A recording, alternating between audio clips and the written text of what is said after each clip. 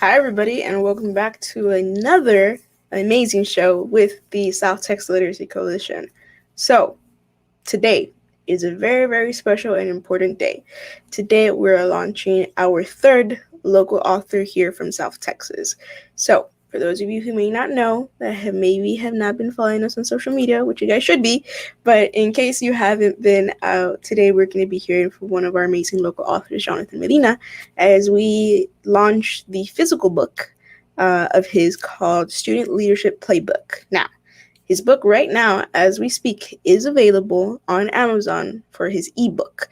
Today, we're celebrating the release of the sale of his physical not hardcover, but the physical book, his physical book. So we're very, very excited. We have a lot of amazing things planned for today, several activities. We're going to be hearing from some of our local youth authors that are currently right now finalists for a scholarship provided by Jonathan Medina himself for his for this virtual book launch. So, enough is said. I'm gonna introduce you guys to the amazing, the legend, the America's #1 youth motivational speaker, Mr. Jonathan Medina. Hi, well, thank you so much. I'm so excited to be here and working with South Texas Literacy Coalition to have the book launch has been absolutely amazing. You all have done an amazing job, have been so active in helping me promote the book. So I just want to give a quick thank you to the entire team, Valeria, you, and all the other workers of the Literacy Coalition have just helped so much. Ideas that I would have never thought of, and just being willing, because it's hard sometimes to promote yourself. Yeah. It feels like, oh, I'm being overly braggadocious, I'm pushing my own thing. But having you all support it and push it has been really awesome to take that weird feeling off of my shoulders and putting it on to you all's. Yeah, definitely. Well, thank you so much for thinking of us and allowing us the honor and privilege to be able to launch your book. So, without further ado, I'm going to go ahead and bring out Mr. Leo Alanis. He is going to be emceeing your author interview. So, without further ado, I'm going to go ahead and step off screen really quick, and I'm going to leave the floor to you and Mr. Leo Alanis. Hello, everyone. My name is Leandro Lanis. I am the Financial Literacy Associate here at the South Texas Literacy Coalition, and today I will be interviewing Mr. Jonathan Medina. Before we begin, Jonathan, would you like to introduce yourself? Maybe give us a little background about yourself? I want to talk about student leadership. When I first started getting involved in student leadership organizations, I remember back when I was in 6th or 7th grade, seeing flyers on the wall for organizations and wanting to join clubs, but for a while I was afraid, I was intimidated, and so my leadership journey didn't start till 7th or 8th grade. But then once I got involved, they were always so welcoming, and student leadership really began to change and really helped save my life. That's awesome. So my first question to you will be, who is Jonathan Medina? Where did you grow up? Your educational background? Yeah, absolutely. I grew up in South Texas for the most part. I did spend a couple of years in Houston, but primarily raised in South Texas. I grew up in the Rio Grande Valley, been a part of several different school districts. I went to school in Rio Hondo, Weslaco, San Benito, Harlingen, and about 3 school districts in Houston before making my way back to Rio Hondo, where I graduated from. But most people locally, they remember me as a local basketball player. I got to be captain of the basketball team for 3 years, got to be captain of the football team. But I was also, a lot of people, they see me as a jock, but I was actually involved in a lot of student leadership organizations. I was in student council. I was my class president. So we were always engaged in many of the other clubs. I even competed in Future Farmers of America in parliamentary procedure. That's awesome. I can relate a little bit just because I did play sports and I was part of a lot of clubs. I mean, senior year, I was part of over 9 organizations. So I see where you're coming from, where people are like, oh, that guy's a jock. But, we're part of a lot of organizations too. So, don't just put us into that category, if you know what I mean. Okay, so my next question is, what did it take to become America's #1 youth lead motivational speaker? Well, first, it took me having to take the leap. I worked for a lot of, I helped run student leadership organizations with an organization called the Fellowship of Christian Athletes. That's where I really learned a lot of the tips, the training, student leadership stuff, really huge. But then I went on tour. So the last 2 years, I've been going on tour all across the United States of America. This past year, I've reached over 1,000 events. So in my entire career, I've done over 1,000 events. I've reached over 1 million students, staff, and parents nationwide. And now I have best-selling books. And really, I help to lead a team. So it's not just me speaking, but I have an entire team on the roster. And each year, we're reaching over 1 million students nationwide. So I personally reached over 1 million, and then I help lead a team where we reach over 1 million students nationwide. That's awesome. That's a lot of people.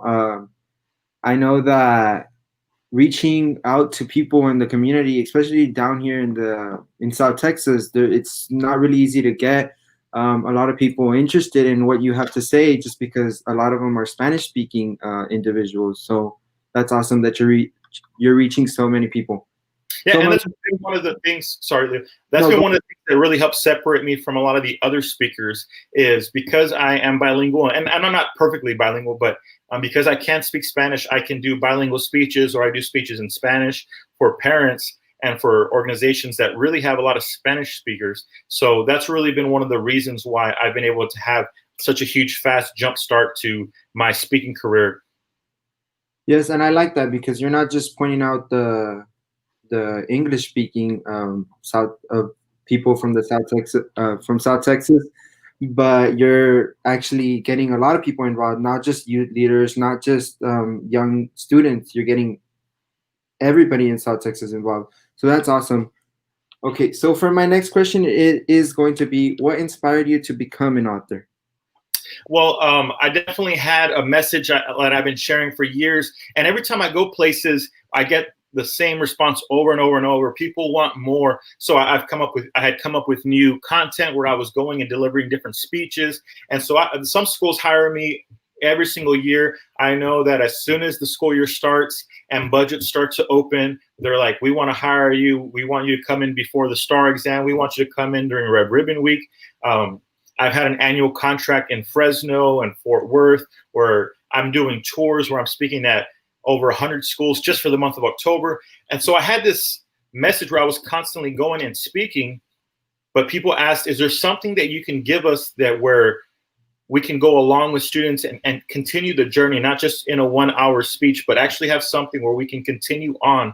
And so I developed my message into a book, and now I'm sharing that book to where, it's one thing to hear a message, and when I go to events where I'm listening and where I'm the audience member, I always buy the book, because even if I've never opened it, just seeing it on the shelf has that reminder in my mind, and I remember the key points. I remember how I need to change my life. I remember how I need to be a better leader just by having the book in my library. And so I think making that small investment of buying a book makes the investment in myself. I do open books. I read. I read a minimum of 2 per month. I try to average about 4 a month, but I at least do 2 every single month. And so, those are things that I find to be what helped me to change my life. And so now I pass it on as my message or I use the book to be my message each and every day with people, instead of just having me come once a year. That's awesome, because you're going to get to, with your book, anybody who purchases your book is going to get the opportunity to have your motivational speak right in front of them. So that's awesome. And actually, it also helps with business quite a bit, Leo. There's some events where, because I had a book that was only for migrant students in the past, people didn't consider me an expert in student leadership. And so sometimes I would not get hired at an event, and people would tell me, oh, the speaker was not very good. We wish we had hired you, but we require hiring. We hire authors. We don't hire just speakers, but we hire authors. And so if someone out there who wants to be in the speaking world, having a book is really something that opens a lot of doors as well. That's awesome. So that's a great reason that you have the resources to write your own book and actually putting it out there. So that's awesome.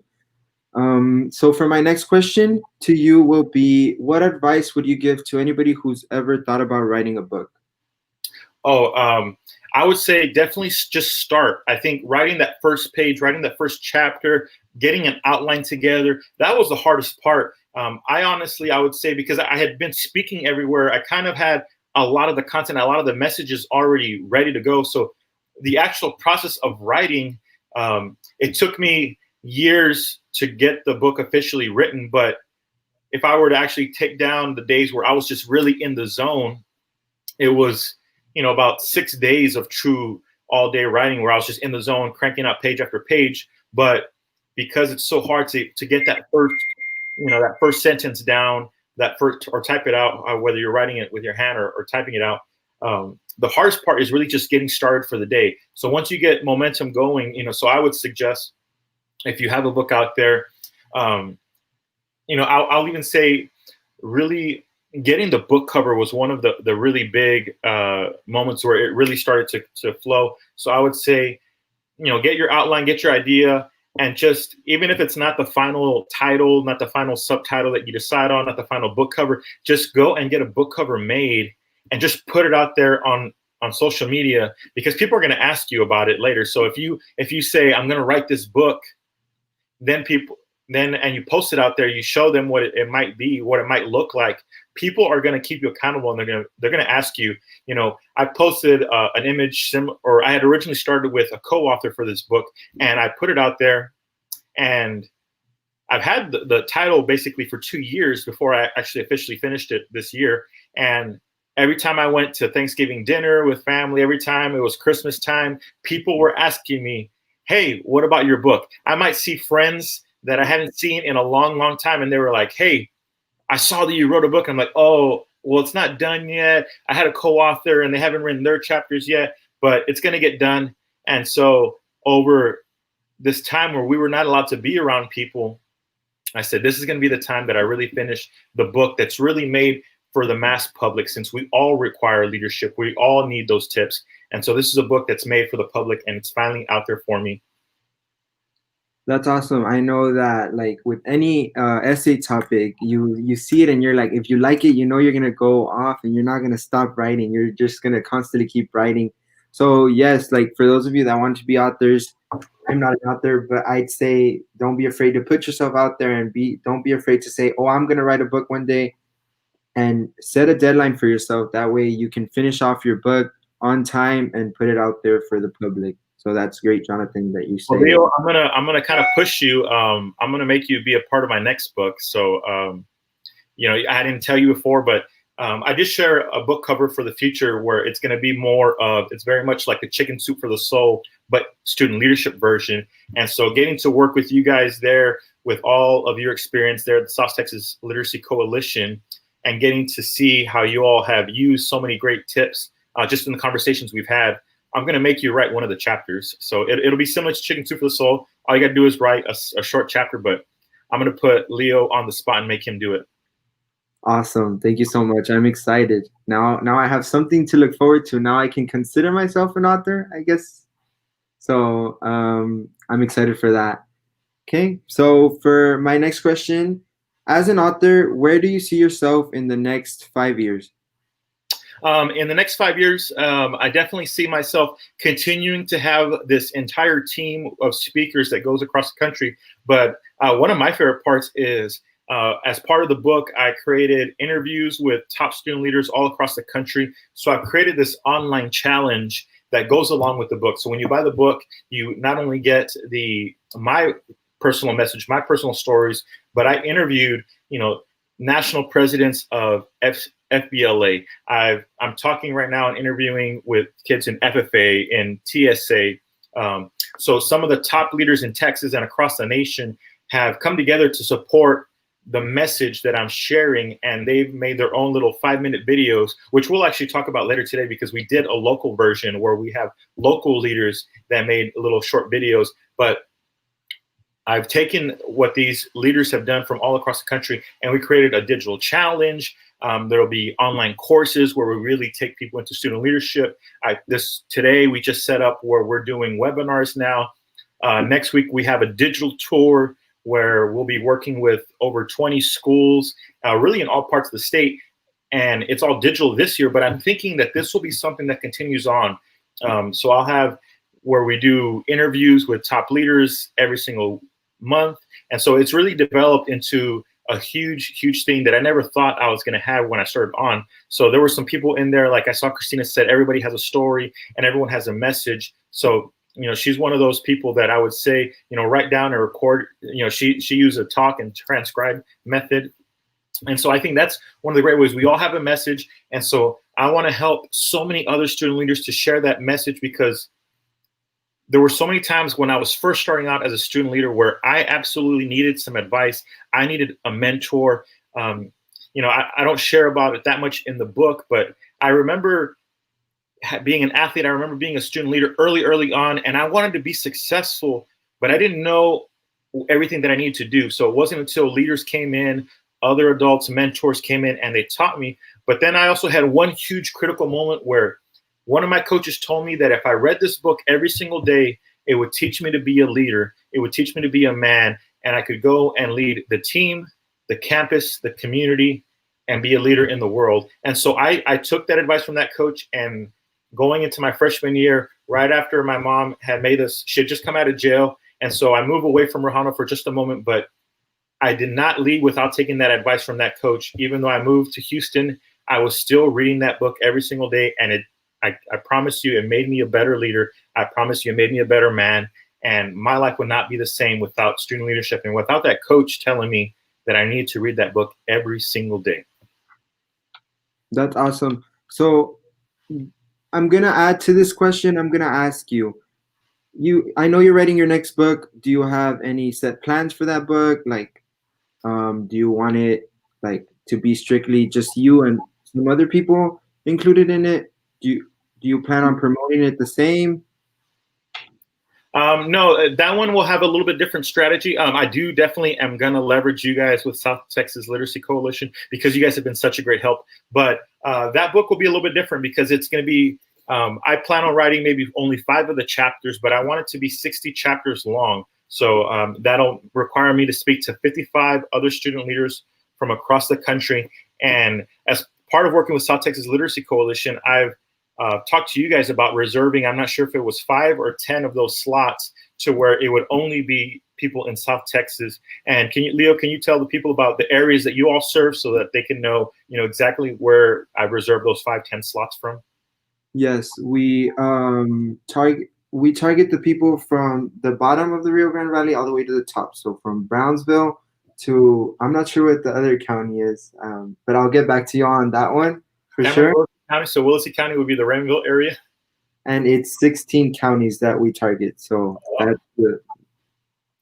You'll have enough people to target, if not even I more. can go ahead and butt in. So we serve South Texas all the way down from Hidalgo County, just all the way up just below San Antonio, Texas. So Jim Wells, Alice County, stretching from left and right, Rio Hondo, Rio Grande City, and everything in between. Cameron County as well, Port Isabel, that area. So it's a total of 16 counties, everything that is known as South Texas or the Valley. That is what we serve. Anyways, continue.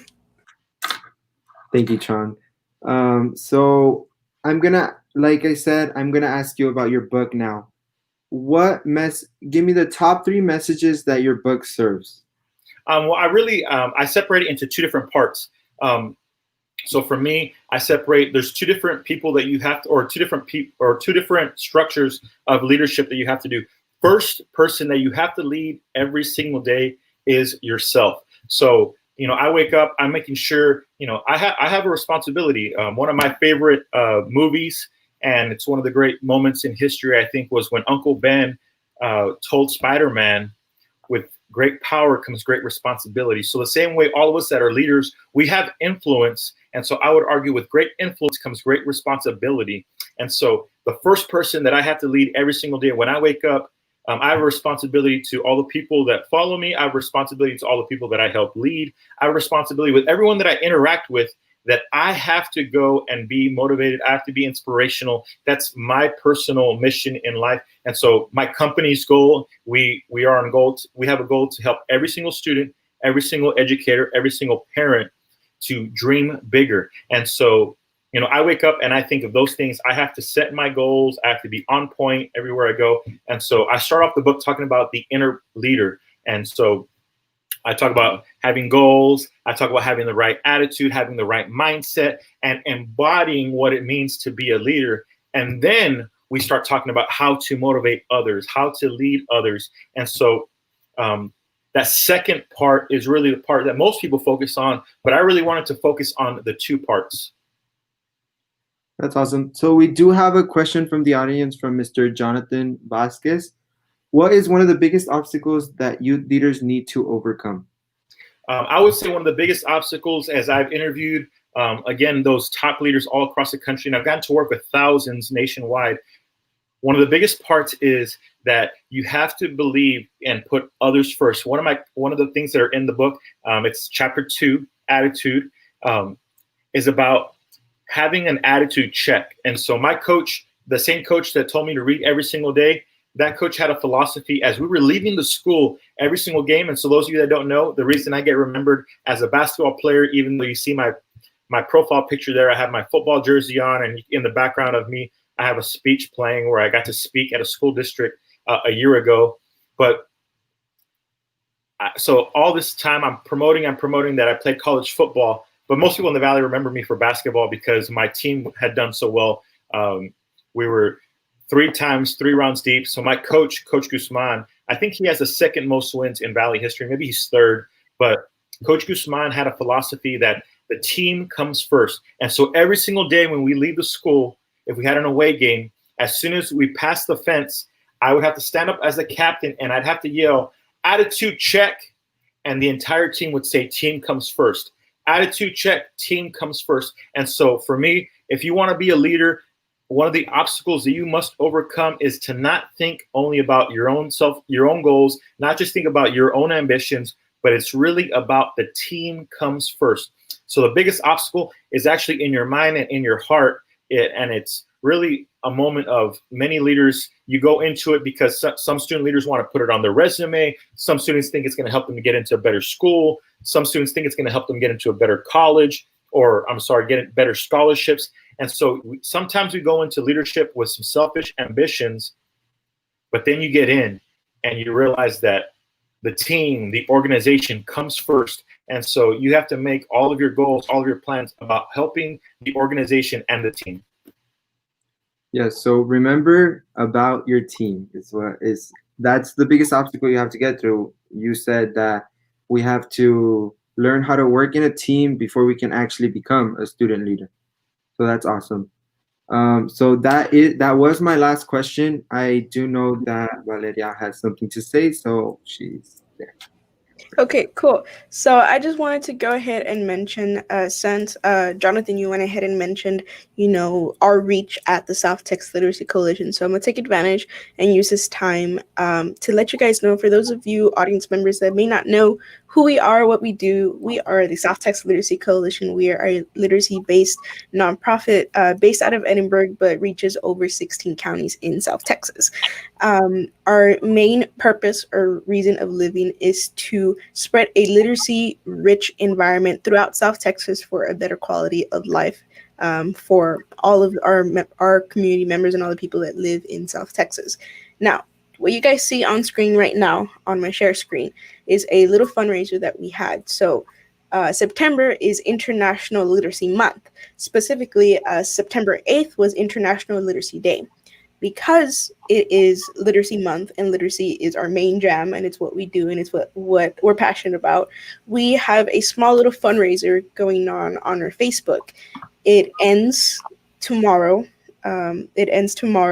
And our end goal was $1,000. And if you can see here, we are at $805. So we just need about $195, if my math is correct, to reach our goal. And if you guys can go ahead and visit our Facebook page to get a little bit more information. But basically, as you can see here, remember, every $1,000 we raise provides 400 brand new books in the hands of 400 kids in South Texas. So with $1,000, we're able to provide books to serve 400 children in South Texas. I know it may not seem like a lot, but that 400 kids, like it's like a whole, that's like two kinders together, or like three kinders together. That's quite a bit of kids, especially because they're very very tiny. So we highly encourage you guys to help us out and reach this goal. Anything that you guys are able to contribute, $1, $2, $5, we will greatly appreciate it. Tell your mom, to your brother, to your tias, to your tios, to your madrina, to your abuelito, abuelita, and please help us reach this goal so that we, at the end of the day, all of this goes back into our community, and all of this goes back, especially to our kids in South Texas, which, as we had mentioned before, are spread over 16 counties here in the valley. But yeah, so that's my little cameo that I kind of want to let you guys know, to take advantage that we did touch the topic of of the of the kids that we reach. So right now I'm getting information that 400 kids is a whole entire elementary school. So with we're just $195 short to be able to provide books to an entire elementary school, which is our end goal. It's for a good cause. It's for a good purpose. So if you guys can help us out, if you can't donate, that's perfectly fine. But the way you can help us is, tell people, take a screenshot of this, and like I said, put it on blast in all of your group chats on WhatsApp, all of your little chisme WhatsApps with your tias and stuff like that. Let them know. $1 goes a long way. So thank And you if they're guys. here right now, while they're on, they can just click share, and this live stream will go all over their wall. And the last time that I did something with South Texas literacy, I had a bunch of friends that I would never have thought to even talk about my book that were messaging me and direct messaging me saying how they were so happy to see that I was working with you all, that they were so happy to see that a book was coming out. So even right now, if you just share this live stream right now, that'll help South Texas Literacy to help raise that funds, because people go back and they'll see where Valeria just shared over the great impact in helping those 400 students. Yeah, definitely. So with that, we're going to go ahead and move on to our next segment, which is going to be a fun little Kahoot game. For those of you that are watching this live that maybe have seen our trivia nights, there is a small little 7-second lag on what we're saying versus what you guys see online. So what I'm going to go ahead and do this Kahoot game. Yes, the way Kahoot works is the faster you answer, the more points you get. But the reason we're going to disregard that component of it, with this, it doesn't really matter who wins or who loses. We're using this Kahoot game as an educational activity so that we can talk about leadership and dive in a little bit deeper into some topics having to do with leadership. Jonathan Vasquez, our associate director, is here with the save. So he went ahead and dropped the link in the comment section where you guys can go to that event, to that fundraising page, and donate to our Literacy Day fundraiser. So I have it here on screen, and just in case, you guys can go ahead and click the link that is on in our comment section. So we have one more person that's going to be joining us today to help us out with this Kahoot game, which is Mireya. So Hi. for those of you that don't know, I'm going to go ahead and let Mireya introduce herself a little bit. Oh, okay. So hi everyone, my name is Mireya Fuga. I am the intern at South Texas Literacy Coalition, the president of National Honor Society, and a lieutenant governor for Key Club. Awesome. So kind of like how Jonathan mentioned on why he chose us to kind of help him out with his leadership book. Mireya just mentioned, she is a president, vice president for clubs as a senior at Edinburgh High School. Leo, last year, he was the president of the same National Honor Society with Mireya as his vice president just last year. I was also an NHS officer in my senior year of 2017 at Edinburgh High School. I was also lieutenant governor of my Key Club. I'm currently vice president of Kiwanis International, which is a local nonprofit here in Edinburgh who works with Edinburgh High and their Key Club and their NHS. So now, instead of being a child volunteer, well, technically I am still a child, but instead of being a student volunteer, now I'm an adult volunteer that helps develop these young leaders. And as well, by working at the South Texas Literacy Coalition, as you can tell, we have Mireya as one of our interns, so I am able to now help develop young leaders to be, leaders in the workforce and leaders in their careers and at their homes and their communities. So with that, I'm going to ask Leo to share his screen so that we can have access to this Kahoot game. So that is the code. So if you guys have a cell phone,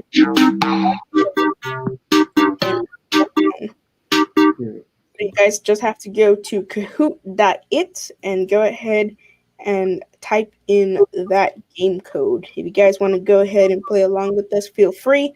More than anything, this is not a competition. We are not using this. Nothing is at stake. No prizes at stake right now. We might have a few raffle prizes. So if you guys are on live, leave a comment down below in the comment section and you will be entered for a chance to win a raffle prize. But for this game solely, it's just going to be for educational purposes. So if you guys want to go ahead and participate with us and play the game with us, feel free. Please try your best to use a family-friendly name as your nickname and as your username. M. Scott, we got M. Scott in the house. No, that is not M. Scott from The Office. That is actually our associate director, Jonathan. So he's going to be playing with us. We're going to give a little bit of time to let a few more people log in. If anybody wants to join us, feel free. Just go to www.kahoot.it and go ahead and put in the game code. We have Christina. Hey, Christina. Dr. Ida is in the house too.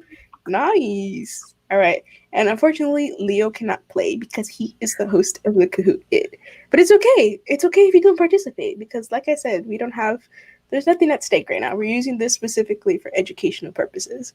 So we're going to give about 4 more minutes to let people log in. This Kahoot isn't just about like questions and stuff like that. It's actually scenarios that put you in a leadership position with the team. It's questions like if you and your teammate are arguing, like what should you all do? So it's educational purposes, like Chang mentioned. Yeah, and there are also going to be a few little sport-related questions sprinkled in on there as well. Brianna, I see Brianna as well. Alex as well.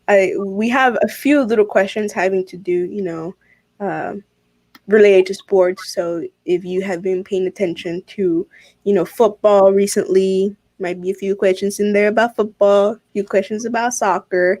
So we're gonna go ahead and put in some more questions. So we're gonna give about 3 more minutes. But until we get there, how y'all doing? How are you, Jonathan? I'm doing absolutely great. I'm excited to play Kahoot for the first time. I don't know if it's any surprise, but I am extra competitive. So even if it is just for fun, even if it is just for educational purposes, my goal is to completely dominate both Valeria and Mireya specifically. Okay. Okay. Well, good luck. I will keep that in mind. So if you're out there and you're a competitive person, why don't you go and just type in the chat and put and just say I'm taking you down. So if you're out there in the chat, just go ahead and put in the chat, I'm gonna win. I'm taking you down. If we were in an activity, even though when I do leadership workshops and stuff, I put people on the spot, or we're doing workshops at organizations, I still make them, even though it's just a regular academic game sometimes, or nothing to do with physical contact, but I always say to look the other person in the eye and tell them that you're going to do your best to take them down. So, Valeria, I'm looking you in the eye. Mireya, I'm looking you in the eye, and I'm saying, I'm going to take you down. Dr. Ada just said, bring it on, John. Oh, that's our CEO right there. She is ready. All right. So 1 more minute. See how many people we have. 9 people on. There we go. Got more people on. Mireya. Oh, Alex. We got a lot of people here. Okay, Alex. John's not scared. All right. We're almost there. We're gonna give about 30 more seconds before we start. We got quite a few people in the house. We got about 10 people. We got NJ, Big John. I'm guessing that's you, Jonathan. Brianna's one of our interns as well. Okay, Jonathan says he might be a little bit scared. It's okay, Jonathan. You're at home. It's fine. Your screen will protect you. Okay, so let's go ahead and get started. So, Leo, take it away. Ready, everybody? Okay.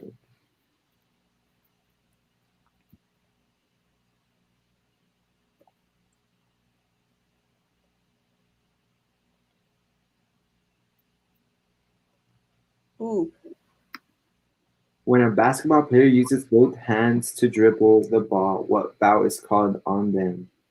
I clicked the wrong one. I know what the Did answer I is. do it wrong? I don't know basketball. I do. I played varsity basketball. No. We should expect Hong to get this right, but she said she clicked the wrong My button. finger slipped. Okay. Double dribble. So Yeah. double dribble is correct. What? I put technical. I don't even know what a technical is. That's the super major song. I know.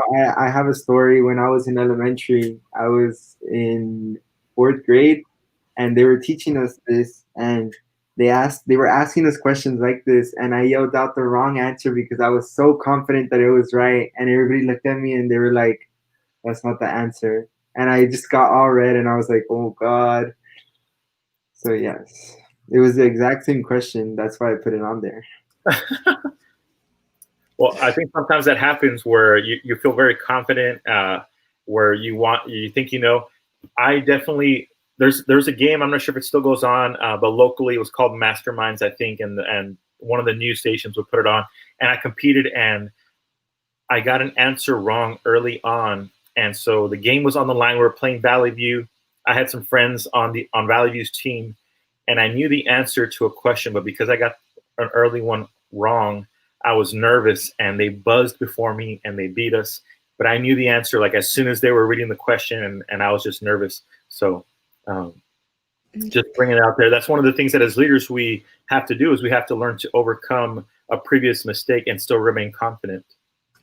Yeah, I see some people in the comment section. Yes, like I had mentioned, there is a 7 second lag. So, like I mentioned, even though we here on screen are being competitive, because of the 7 second lag, we aren't using this really as a competition more than anything. We're using this just as an activity to gear the conversation to speak about the different components of leadership in specifically youth leadership, whether it be in clubs, in sports, and anything like that. So we apologize for the 7 second lag.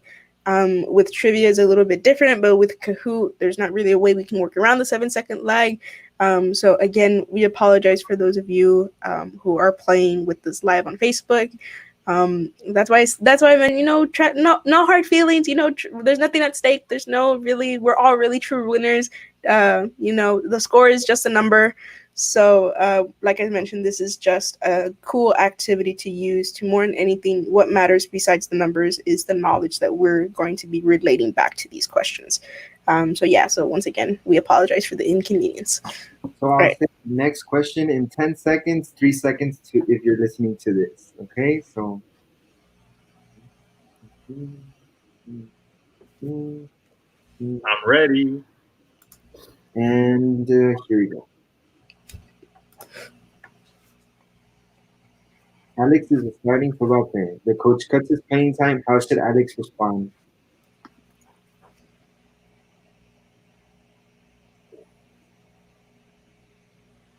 It takes Easy.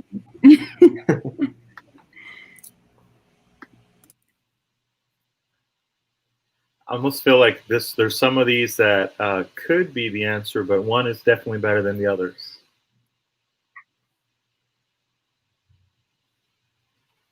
Now, for the first time that we played the first question, I have to use both screens because we're on the live here, but I'm not sure if that's the case for all the people out there participating.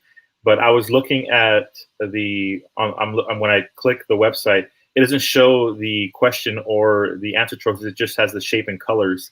So the first question, I was just looking confused, and I didn't know what was going on. Yeah, that's the only thing about Kahoot.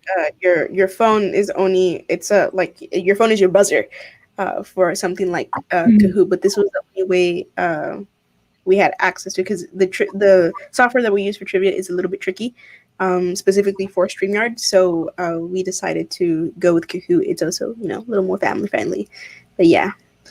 So yes, I see where people are coming from that chose Alex should ask why he isn't playing, but just be supportive. I'd say. So Yeah. leaderboard. And Whoa, I'm scared. Brianna is somehow still up there. up there. Wow. What the heck?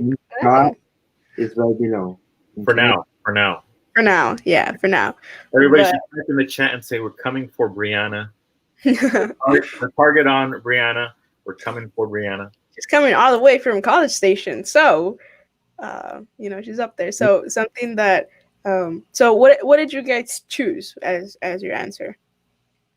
I chose well, I didn't choose, but I say being supportive is more friendly and more of a leader because you want to see other people thrive like you want to thrive. You know what I mean?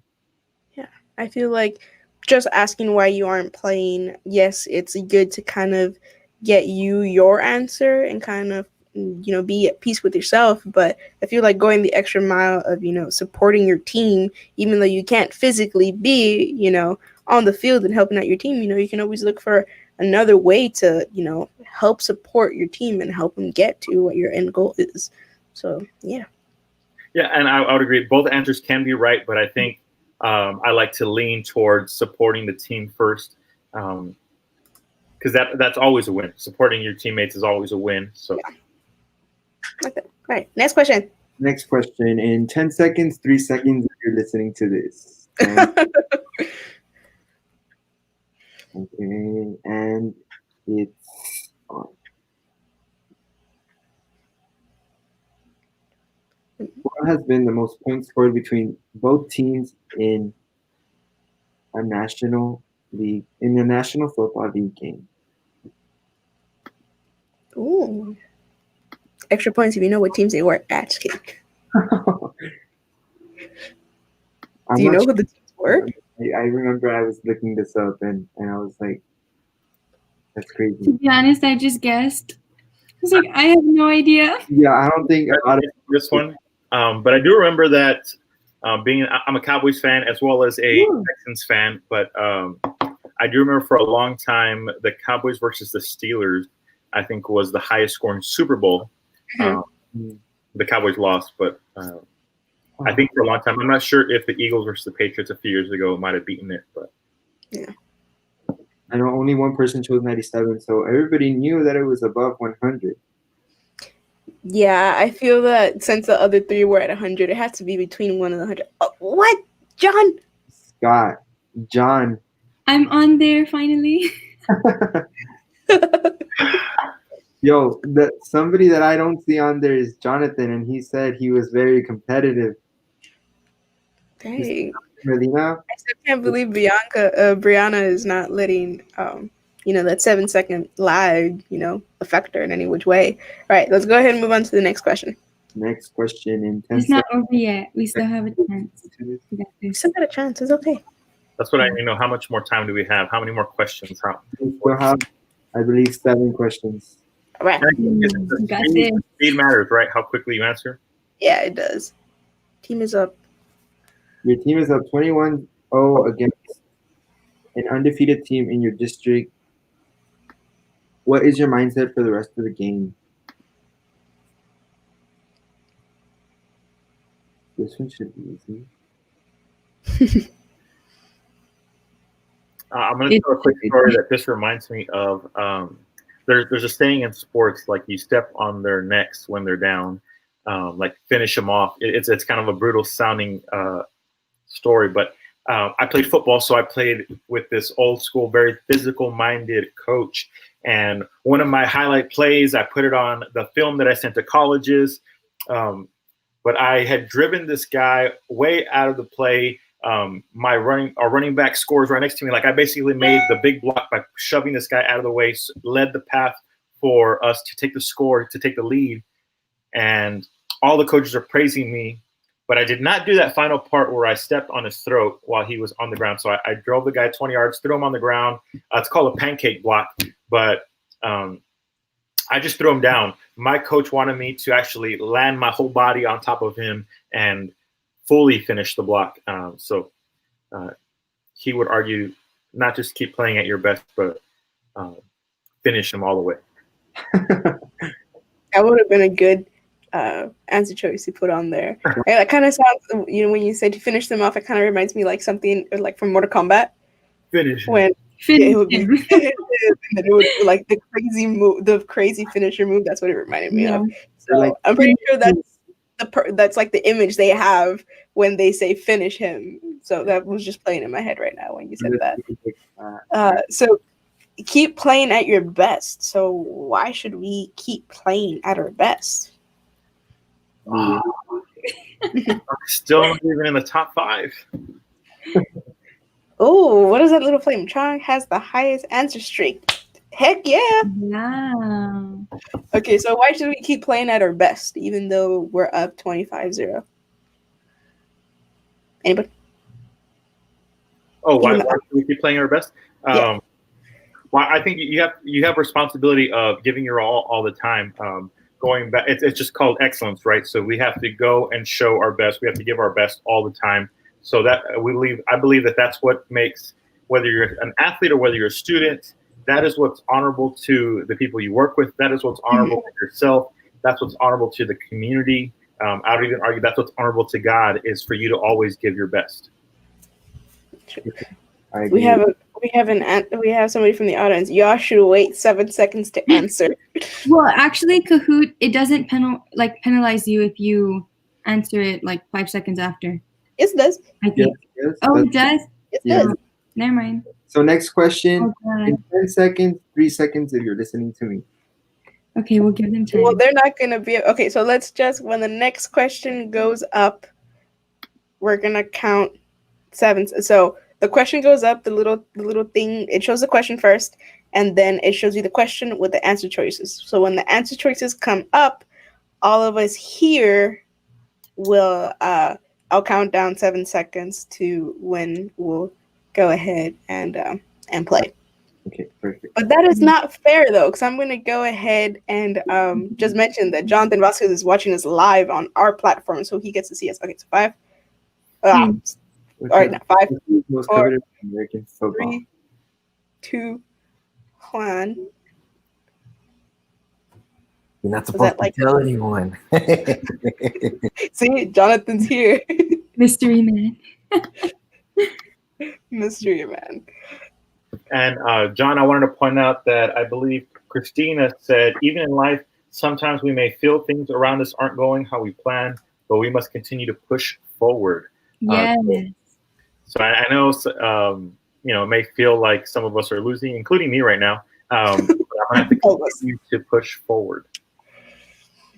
So let's take a look at the leadership board, and a ring indeed it is. If you look at Mr. Jonathan Medina's profile picture, you can see that he's flexing his ring. Okay, nice. Okay, let's go ahead and go on to the next question, the next leadership question. Okay. Here's the scenario. What are the 3 ways you can demonstrate leadership? There's many ways. Okay, go. You can answer now. Oh, I almost got tricked on that one. Read carefully. Because I was so eager to just get that little streak on your name when it pops up, the little flame. You gotta answer. This one was tricky. Reminded me of like a Snapchat streak, little fire. Oh my god, that was are those still even a thing? I don't think they're a thing. I think they're still a thing. It's just that not many people actually do them. As much as before. Or no, maybe they do. I mean, I would do them when I was like a 6th grader, 7th grader. And they I used to do them in middle school. Snapchat been around that long already? Yes. Yeah, I think. Yeah. It's been on that long. I think I was an 8th grader when I first discovered Snapchat, which was a while ago.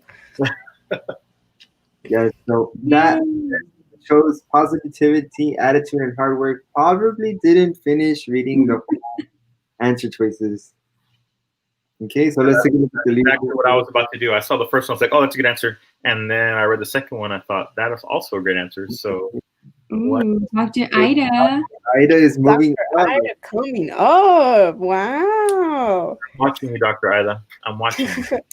Okay, so all of those components are all vital components to be, a good leader. They're all special components that you guys can actually read more about. Self-promo, promo for John. They're all good topics and themes that are going to be touched within Jonathan's book. So if you guys want to learn more on how to be an amazing leader, go buy Jonathan's book. Yes. The ebook was already a best new release and was a top 25 motivational book in the world, period. So Awesome. That's awesome. Okay, let's go ahead. Leo, how many more questions do we have left? We have, I believe, one more question. So let's. One more question? Tied at the top. It's tied at the top. I got this. We got one more question? We have three more. We have three. What is the name of the What is NFL? the name of the NFL All-Star Exhibition game? Can we answer? Not Wait. yet. Go now. This one got me confused because I only I know actually so knew this one. I only know so much about football. So You were a trainer. 8 seconds. And I only know so much about football. So my instinct was to, like you said, the first one you read, the one that sounds familiar, that's the one you want to go to. But yeah. It is Oh, indeed. very few answered right. So I'm excited for that. Yeah. And like I mentioned, I'm not the biggest football fan. And it stays the same because Maria is answering fast.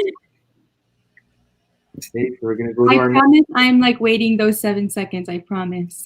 I really thought you were gonna miss that one. I was like, this is No, I knew it. I was like, I know this.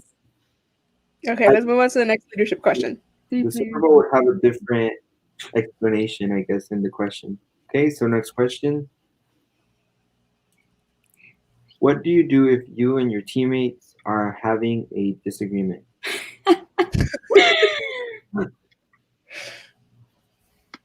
Answer now. Definitely arm wrestle. Mira, why do I feel like you're looking at your phone ready to click as soon as Chang lets you click the button? Yes, I'm ready. Tunnel vision. Yeah. I think that's where I'm at a little bit of a disadvantage. I'm using two different windows on the computer, and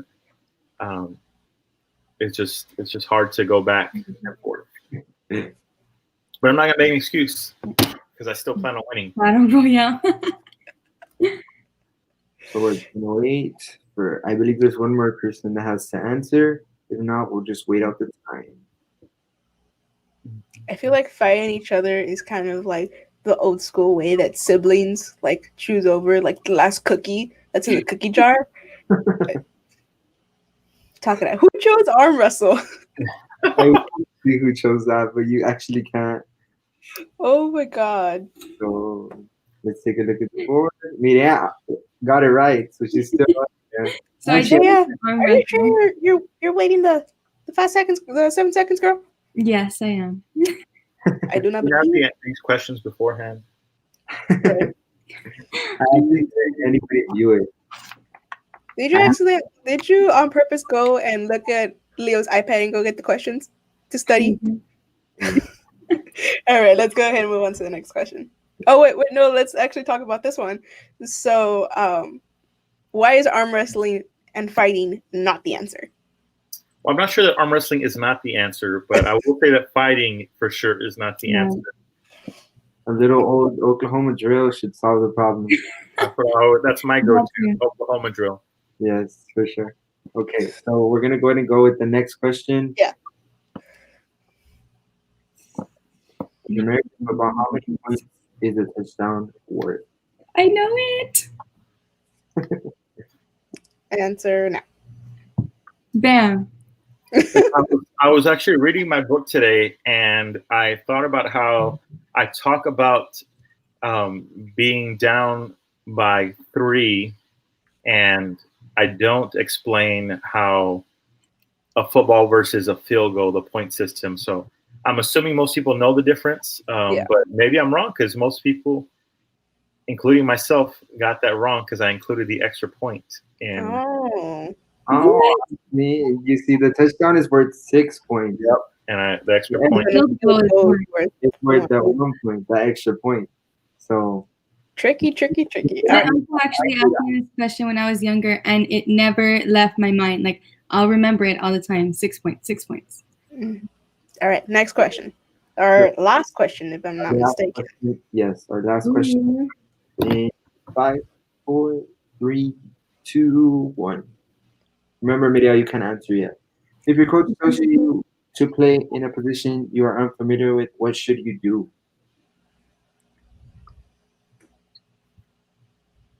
Ooh. This one's a tough one, just because I mean it's a position you're unfamiliar with. So Okay, answer now. I bet you already answered. No, I had to guess on this one because, well, I didn't guess. I chose the one I thought was the right answer. I see what you mean. Okay. Oh, I think So if you got this correct, I'm sure you're gonna be on top because you probably answered it fast. As for more details about the position, is indeed correct. Oh, look at that. So let's look to see who our winner is, and we're gonna see who our top three are. Big John, Yay. and then John, and congratulations, me. Yeah. There it is. Congratulations. Capital R. I don't know why it has a capital R. I think I probably like. And our runners up were Dr. Ida and Brianna. Congratulations. So Okay. yes, Like we mentioned, that Kahoot game was not a competitive game. It was just a nice little activity for us to be able to speak about these scenarios and be able to tie these scenarios in with leadership, which is Jonathan's main purpose of his book. So no hard feelings. For those of you who didn't make the leaderboard, there was nothing at stake right now. We don't have any prizes or anything like that to give. Now, what we do have is, if you guys see the little banner that's in the very, very bottom of the screen, it says leave a comment down below to be entered for a chance to win a raffle prize. So I'm going to go ahead and bring up my trusty little carnival spin the wheel that we have up screen here. So everybody that went ahead and left a comment from the beginning at 5:30 to now, right now 6:25, your name is on this wheel that you see in front of you. Well, to me, to my left, but to you guys right in front of you. So we are going to head and spin this wheel, and whoever is the winner will win our raffle prize. Can I get a drum roll, please? okay. I feel like I'm at a carnival. Ooh, that's so close. Ah! Okay, our winner is Andrea A. Ortiz. So, Andrea, congratulations. You have won a book bundle from the South Texas Literacy Coalition.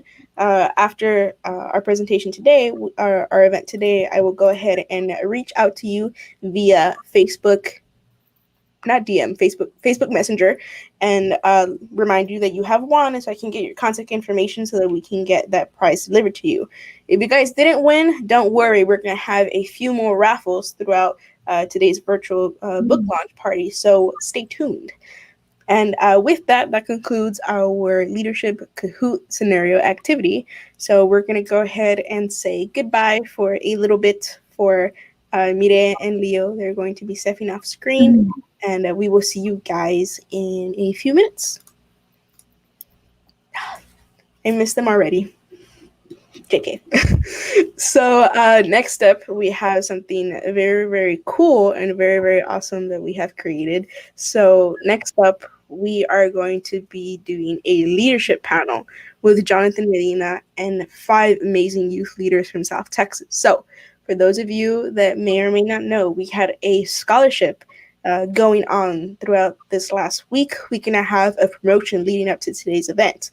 We had over 55 video submissions to this scholarship from people, from kids ranging from, I believe our youngest person was a 7-year-old little girl, to I think our oldest was a senior in college, a senior in university. So it was open to any student, not necessarily in South Texas, but any student that followed us on Facebook that was able to get our scholarship flyer. The only qualifications that you needed to have was just to be an active student, whether it was in K-12 schools or in university or college. And so we did have 5 finalists be chosen. Somehow, out of faith, we did not judge. It was judged by people from our board, people who do not have any relation to our students that submitted their videos and stuff like that. We had no idea who they chose. I went ahead and received yesterday who our 5 finalists are. Ironically, all 5 of them are students from Edinburgh High School. So there are youth leaders from Edinburgh High School and are involved in National Honor Society at our local high school.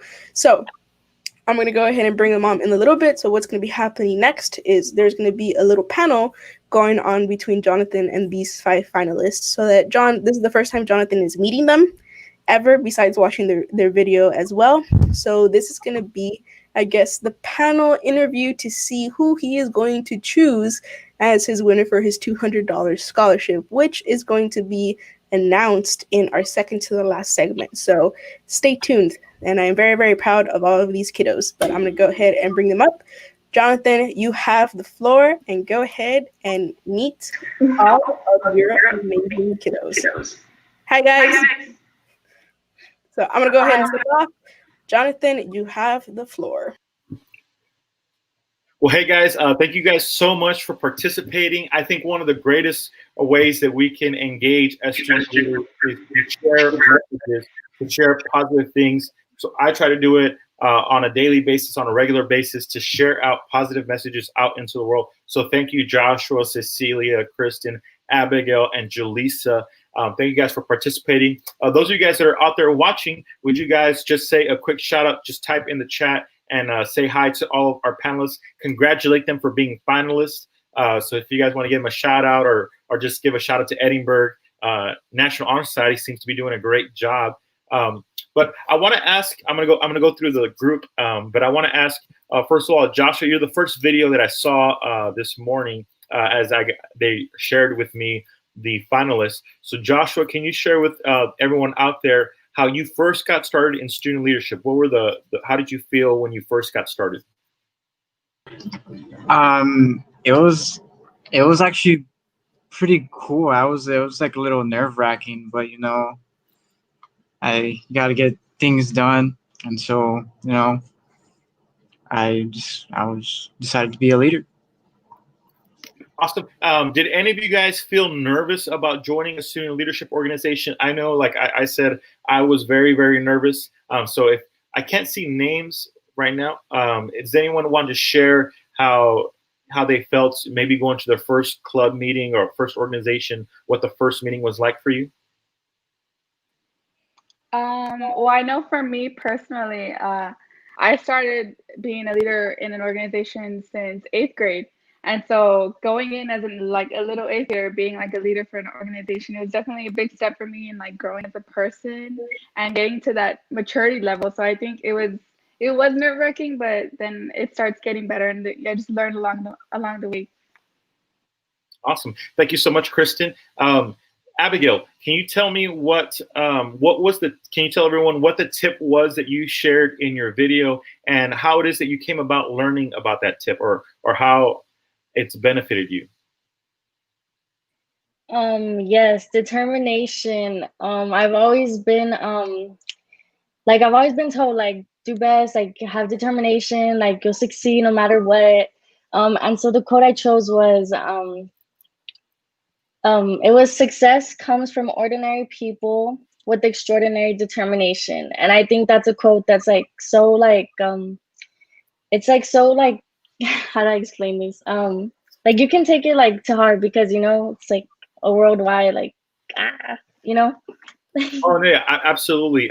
And John, you're absolutely right. This is an amazing group of leaders, and so we should be grateful to have such great leaders in South Texas. But just like you said, in that quote, you all are amazing leaders. You're more than qualified to be leaders. But I think sometimes people put leaders on this really high pedestal, or I remember going after one of the student leadership camps that I was at. I was one of the leaders to help put it on, but I helped transport a large group of kids from South Texas. And there was one student leader, his name was Scott, and he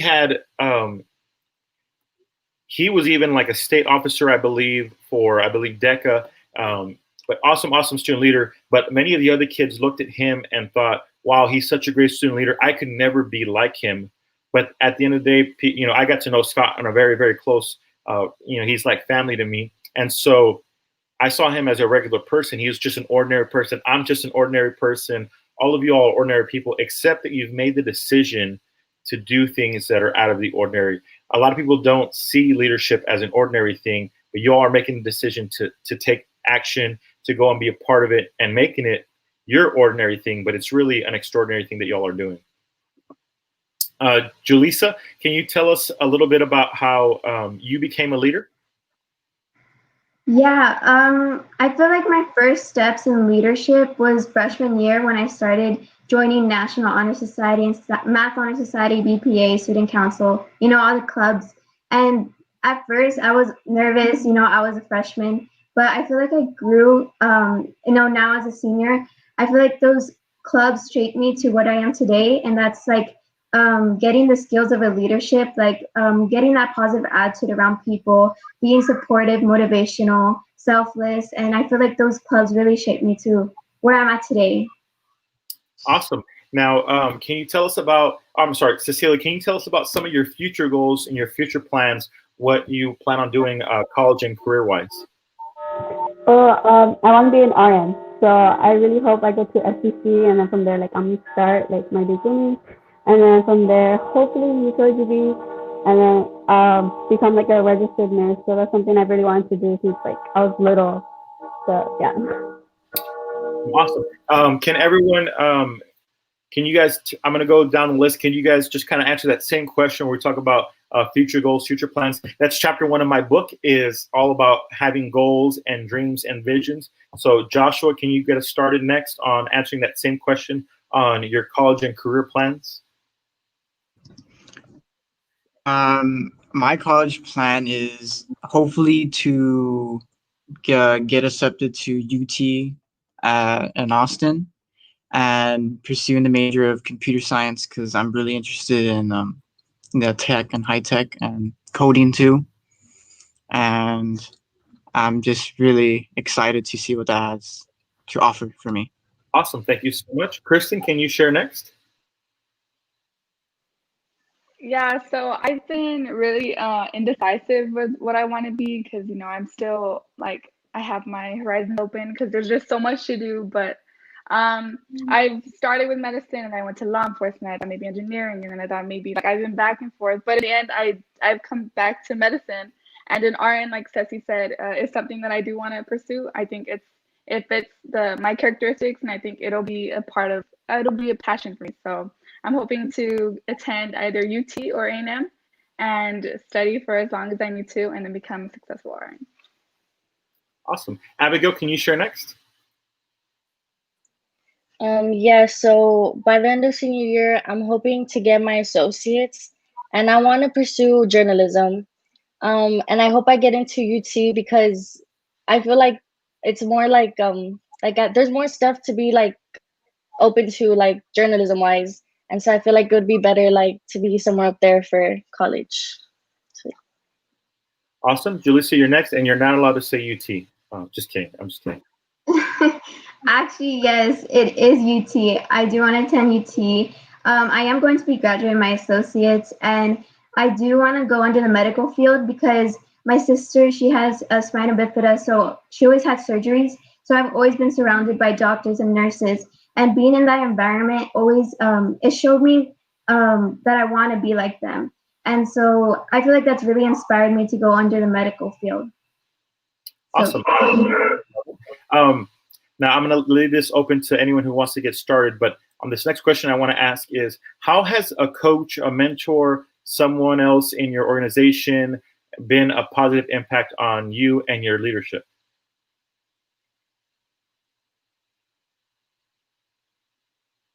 Joshua, go ahead. My pre-cal teacher of last year, she like really helped me like come to terms of like loving math. Like as a younger kid, I didn't think I actually did like math, but like her class really like showed me that I actually do have somewhat of a passion, or I do actually have a passion for math, and I'm excited to actually pursue it now since she showed me my passion. Awesome. Love it. Love it. Math was one of my best subjects, but it's not my favorite. So I did not have a passion for math. Does anyone else want to share how a mentor, a coach, someone above them has helped? Go ahead, Kristen. So I'm a part of my school's color guard team. So for my freshman year up until last year, I had a coach. We call her Rex. Anyway, she was a complete mom figure to me, and we went from a team that nobody knew to being like first place in a lot of our competitions, and she really got us there with giving us a really good discipline and learning that we should always be determined and we should never, ever give up and always strive to be the best that we can be. Every day is a new day. Every day is a new day to get to accomplish another challenge, to surpass it. And I really, really believe that she is one of my biggest inspirations due to those reasons. Awesome. And I'm actually going to encourage everyone that's watching out there, if you could put in the chat, give someone a shout out, tag them if you are Facebook friends with them or friends with them online. Let them know that you're giving them the shout out, that they have been a great mentor, a great coach to you, maybe a great peer. So go ahead and tag someone in the chat that has been a great coach, a great mentor. Anyone else want to share a shout out from our panel? One of you guys. Go ahead, Jaleesa. Well, mine would have to be Della Garza. I had her for Avid freshman year, and she always told us we always presented, and I was so nervous, and I was a freshman. But ever since that class, I grew from there, and now I could talk in a crowd, and I could present. And she was always a leader to me. She inspired me and got me out of my shell, and now I could present more well in my classes. Awesome. Cecilia and Abigail, do one of you guys want to share next? Looks like Cecilia. Oh, sorry, I'm sorry. You can go. Oh, so sorry. I was gonna say Rex as well. Like me and Kristen are in kindergarten together, so I also had Rex, and she's like one of someone I want to be, because she taught us to always push through and become better versions of ourselves and stuff like that. And she's another mom to me, so I appreciate her so much. We got a lot of shout outs for Garcia. Abigail, can you share your coach or mentor that's been a big impact? Yes. It's my theater teacher, Ms. Gomez, because I came in a scared little freshman. I came to this school that I hardly knew anybody but 2 people probably. And she really introduced me to so many new people, and I really came out of my shell. And I think that she really taught me what it means to be a leader, and really showed me what it means to be a better person to the people and be a leader, not a follower. Absolutely. Now, one of my biggest moments in my student leader, as an organization, or I got to go to summer camp.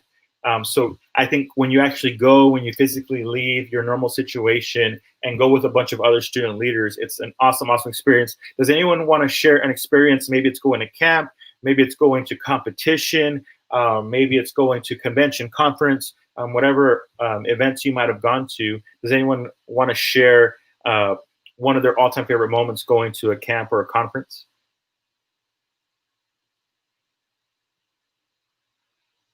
Yeah, go ahead, Jaleesa.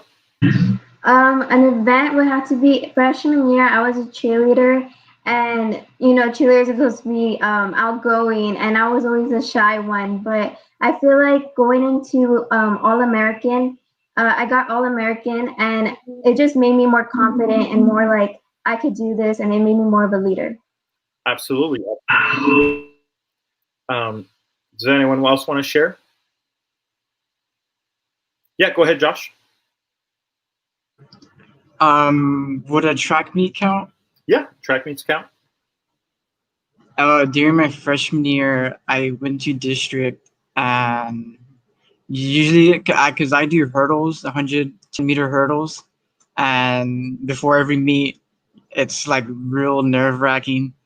And during my district meet, I placed 3rd, and after that, I felt a little more confident. And then in my sophomore year, I started being more of a leader for the hurdle team, and I still am today. As soon as you said the 110-meter hurdles, I had to make a face, because I'm going to give a negative shout out to Coach Tuffy, Coach Kretz, who else was in there, Coach Blue. All of my middle school coaches, when I first moved back to the Rio Grande Valley, was 2 weeks before district competition in 8th grade. And because I was tall and I guess kind of fast, they just threw me in the hurdles. And it was the 300 hurdles, but I fell 2 times and had to learn what it was like to finish strong, even though I definitely was in last place, even though when I fell the second time, everyone else was probably already finished by the time I got up. But so negative shout outs to those 3 coaches, even though they are great guys. They did have a lot of great things that they did for me, but I just want to bring that up real quick. Does anyone else want to talk about competition? Or yeah, go ahead, Kristen. Yeah, so I'm a dancer, and so we have our competition seasons, like the second semester of school. And well, I'm an officer as well. So, like, let's say like there's been times where we go into routine and we feel very confident, and then someone will mess up or something will happen, and they'll start to get a bit discouraged. Our officer line really comes together, and we try to encourage them and tell them like it's okay, like we have another shot, like it's just a competition, like we're trying to be the best we can be, but us learning from our mistakes is what can help us be a better performer for the future. And I think really relying on each other as leaders, I think it's been a good experience in the aspect of going into competition with like other leaders and other performers, and yeah. Awesome. Well, one of the other things that I want to ask is definitely I had teammates, other kids in student leadership. I can remember the awesome way that one of my friends, Erica, would write the best emails. Like I always, when I remember seeing her emails for the first time, I thought, whoa, I need to learn how to write better emails like she does. When I saw another student speak better, I thought I need to learn to speak persuasively just like them. Is there another student that you really admire, and how have they been an influence on you? You're not allowed to say anything about Valeria or Leo or Medea. Just kidding. If it's one of them, that's fine as well. Cecilia, do you mind sharing? Yeah. So last year, my junior, like it was several of us that were captains, and well, her name's Brianna, but we call her Little Brie. The one thing I love about Brie is that she always has like these good ideas for the team, and like she's like real decorated. Like she'll like decorating stuff, and like that's something I really like about her. So like from like watching her doing that, like something I wanted to do, like oh okay, like that's something cute. Okay, let's do this for this team and this and this. So yeah. Absolutely. Awesome. Awesome. Does anyone else want to share? Yeah, go ahead, Jaleesa. Let's go Abigail first. Sorry, Jaleesa, let's go Abigail first. So it would probably be Mireya because ever since I was a freshman, she was always like a mentor to me, and I've always looked up to her because she was always there, and she just always like gave me great advice. And having like being the first upperclassman that I knew, she was always just helpful and just so sweet. So I would probably Awesome. be Mireya. Love it. And Jaleesa? Mine would have to be my friend Brianna. Me and her were in calculus junior year, and it's kind of a difficult class, even though I enjoy math. But she always motivated me, and we always did work together, and we're just so, positive about it. And we would help each other out, and she was always so good at math, and we would help each other both ways. Awesome. Awesome. I love it. Anyone else want to share? Yeah, go ahead, Kristen. So I have a friend named Sandy. She's in Color Guard with me, which is another organization that I'm in. And she's always very positive. She's definitely the light of the room. She can always put a smile on someone's face. She keeps our teammates motivated. She keeps the leadership motivated. And she's truly an asset that we all really appreciate. And I really look up to her positivity. I think it's a very, very positive characteristic that I admire. Awesome. Now we are working with today with the South Texas Literacy Coalition, and we are talking about my book. So, aside from my book, if you've already been reading it, I know that's the best book ever. Just kidding. But what is your favorite book, and how have you applied it or used the things that you learned to become a better student leader? Josh, do you mind going first?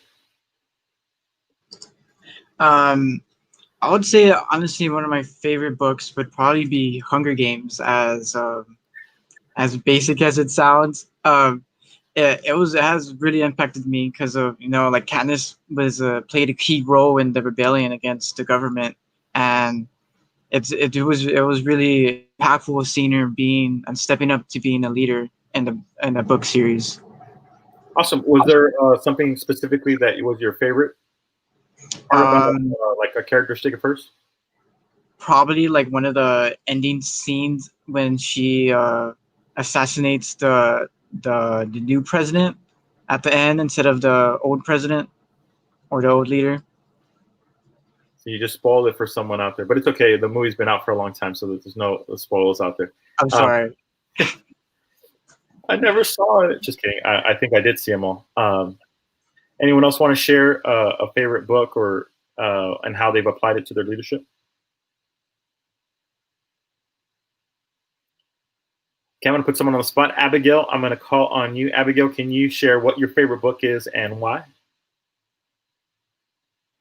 I was actually thinking more along the lines of the Hunger Games too, only because like Katniss, she was such a good leader, and like I don't know, I think she really like was a face for people like who were really like timid and afraid to speak out, and she was just a great leader for those people. So yeah. Awesome. And those of you that are out there listening, go ahead and type in the chat and put a favorite book. If you, when you listen to this, if you see a replay later, go ahead and still type it in, a favorite book that you would recommend. This past year, I got really, when COVID first hit, I was like, oh, this is the time that I'm finally going to read Harry Potter, because Harry Potter was the book that everyone, when I was a teenager, had been reading. It seems like we have two people that have already shared about the Hunger Games. But so Kristen, Julissa, and Cecilia, you're not allowed to talk about Hunger Games. Is there another book that has had an influence on you? Go ahead, Julissa. Well, actually, I haven't read them recently. It was freshman year. Was Harry Potter. I haven't read them all, but what really inspired me was Harry Potter. He was like the leader of the storyline, and he went through so many obstacles, and I feel like he just showed that leadership skills. Awesome. A specific leadership skill from Harry Potter, Julissa, that you really liked? It would have to be inspirational. He was so positive, and he's a good character, and I feel like he inspired others. The way he lighted up the room and the way he was supportive with his friends and others. Awesome. I love it. And I think I'd seen Kristen, you had raised your hand. Could you go ahead and share? Yeah, I haven't finished the book because I'm using it for Bible study, but I'm currently reading Battlefield of the Mind. And so in this book, it obviously talks about your mind and things like the way you think, and it's a religious book. And so from this book, I've taken to really like, of course, there's times where it feels like you don't know what to do, like as a leader, and you get confused and you feel the pressure, and sometimes you get frustrated. And in this book, it really tells you to really just slow down, take a deep breath, and look at what will happen like with my further actions. Does that make sense? And so I really think that this book helps me to control what I'm thinking about and to really always think positively and try again to be the best I can. Awesome. I love it. I've seen that book. I have never picked it up, but I did used to listen to, I believe it's Joyce Myers is the author of that book. So I'm a fan of hers. I just haven't read that book specifically, but I know it also has chess on it on the cover. Chess pieces, right? And so that's I'll bring that up right now. One of my favorite things about student leaders is you always kind of have to have a mindset and try to be ahead. You don't have to be that far ahead, but in chess they teach to be 3 moves ahead of your opponent. And often I think a lot of people that are engaged in student leadership, they don't really always see themselves as student leaders, but all it takes is to be 1 move ahead of someone else. And then you can give them tons of great advice, because you might only be 1 step ahead. You might only be a sophomore. You might only be a junior. But from the perspective of a freshman, you have so much information, so much knowledge that they don't have. What would you say would be a small tip, like a tip that people wouldn't see as a big, huge tip, but a small tip that has had a large impact on you? Go ahead, Cecilia. I think the thing is just to never give up. Like always push forward. Like I know something like real small, like everyone says it all the time, but it's something that like people should do. Like they should never give up and always push to be like better. Does anyone else want to answer that as well? Go ahead, Joshua. I'd say a small tip that may actually play a big part is to take little small breaks, because sometimes breaks can like really play in how well you do something and how much effort you actually put into it, and it can actually like a domino effect. It really affects like how you work and the quality too. Awesome. I love it. Does anyone else want to share before I get to the next question? Go ahead, Julissa. A small tip would be like never give up because I feel like you might have a major like a lot of problems, but I feel like if you keep going and you'll eventually reach your goal if you set your mind to it. And I'll always be in a positive mindset. Awesome, awesome. I love it. Now, does anyone else want to share before I move on to the next question? Oh, go ahead, Kristen. I think positive always. I little tip I would say a cup because in relation to like the one we're in now, there's a lot of things that you can think like, oh man, like this is happening, this is going wrong.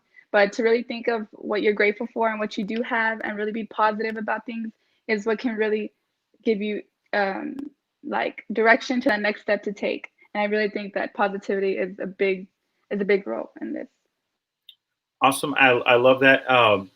Now, one of the things that I always try to do is I always try to be mindful and aware of all the people that I follow, people that I watch online. So I watch a lot of YouTube videos. I watch a lot, or I get on Instagram and I make sure that I'm following a lot of positive people. Is there an influencer? So that's kind of a new word that people use a lot is the word influencer.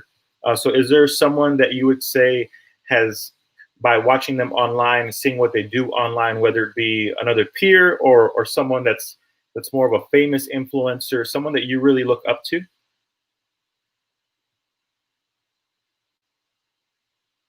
For instance, I was watching a video just today, and they were talking about the influence that Oprah has had over a lot of the older generation. We're more familiar with seeing her on TV for a long, long time, but is there an influencer? And of course, Miss Ida, she put Michelle Obama as the book. I read that book, Becoming. I specifically can totally relate to her experience when she first started going to the prestigious school. So I had a very similar. I connected right away with that book. But so, is there an influencer? Is it a Michelle Obama? Is it a Barack Obama? Is it the current president? Is it someone? Maybe they're not in politics, but maybe they are a pop culture person that you would say you really respect a lot of the messaging that they give out as a positive leadership stuff?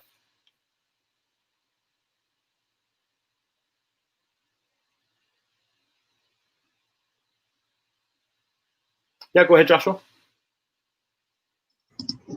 Someone that I actually look up to is a musician named Tyler the Creator. What he's showed me is to always just like be yourself, and he did it in like the most hip way possible. And it really got to me, and I just started actually like myself, and it has really helped me become a better leader. Just being yourself. Awesome. I love it. Authenticity. I've gone to so many things about being yourself, authenticity, or even being vulnerable. I think one of my favorite ones is her name is Brene Brown. She talks a lot about vulnerability. And in motivational speaker world, she's kind of one of the big icons right now because so many people don't like to share some of their flaws, some of their weaknesses. So right now I wanted to give time, last maybe one or two. Is there a mistake, a weakness that you've seen that you've really tried to correct, that you'd be willing to share right now, and maybe share how that weakness has hurt you in the past or has hurt your organization, your team?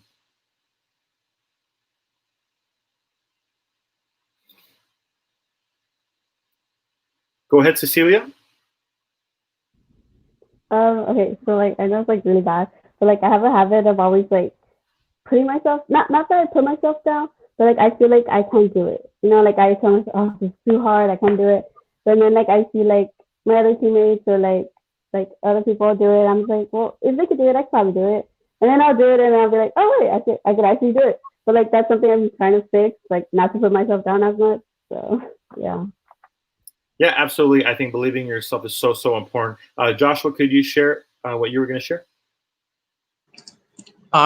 Relating to like Cecilia's, one I would say like major flaw would be comparing myself to others often, and someone that has helped that was the musician Tyler the Creator, since he taught me just like to be myself and to just focus on myself, and it has like weighed down some of my organizations, and yeah, I'm not really proud of that, but yeah. No, and that's really, I'm glad that seeing it and recognizing it as a mistake you've made in the past allows you to work on it to kind of I played a position called left tackle, and that position is known for protecting the blind side. And so I often find that if we aren't using self-analysis, if we're not paying attention to our weaknesses, we can allow something to be in the blind side, and it can hurt us. It could hurt our entire organization. And so always trying to analyze, where am I weak, and seeing how you could either correct it or find another person around you. Maybe you need to bring in another leader to help you with a certain project, just because that is such a big weakness for you. And so being aware of your blind spot, being aware of the blind side is often such a huge thing. So I want to thank you guys today for taking the time, to willing to share and help to, protect the blind side, to protect all the people that are listening out there, giving such great and amazing tips. So thank you guys so much. Those videos were awesome. And so good luck to everyone who is, all of you guys that are finalists. It's been a pleasure to actually meet you today online. Yeah, awesome. Thank you so much to our 5 finalists, and congratulations once again. So our next segment that we're going to be doing, we're going to be doing a small little activity. Yes. The activity is called "What Position Do You Play?", which in reality it is a bit of an activity that kind of shows you, dependent on your answer or where you rate a specific scenario, it tells you what type of leader you are. But we're going to be using football position. So it's going to tell you what position in football best fits you. So maybe after this, you guys might be, willing and considering to go join a football team. So we're going to go ahead. The person that's going to be moderating this game today is going to actually be Mireya. So first of all, can everybody see my screen? Yes, can I get a thumbs up? Cool. You guys are very, very small on the side of my screen, so that's going to be a little bit difficult. But do you have to see your specific screen? I'm sorry?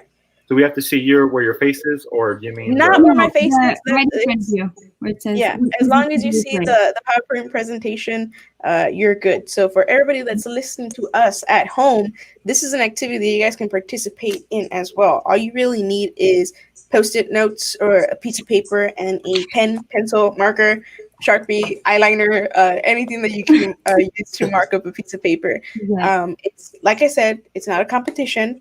Your scores do not matter to anybody else but yourself. Your score is going to tell you what type of leadership style you are. So Mireya, take it away. And I will be I will be your tech person. I will be your clicker. But Mireya, go ahead. Yay. Just to clarify, there's no position better than the other. Everyone is equally awesome. So let's see what type of leader you are. So again, those are the materials you would need, just a paper or a pencil and a pencil. And if you can just create that little chart so we can be a little organized when we go through the questions, it would be a lot easier. The 4 positions are going to be a receiver, a quarterback, a lineman, and a linebacker. So if you want to take a guess and circle what you think you are, and then let's see. So we're going to answer the following questions on a scale from 1 through 10, and kind of be honest with yourself to try to see where you fall under this, or what category you fall under. So the first question is, so they're all going to have this kind of like a scenario, and then you're going to answer. So when I am among a group of friends or classmates, I don't need to be in charge of a group, but I enjoy making detailed plans that everyone will carry out. So on the little linebacker category, you're going to put a scale from 1 to 10, whether you agree with this or you don't agree with this. That's the first question. You can go to the next one.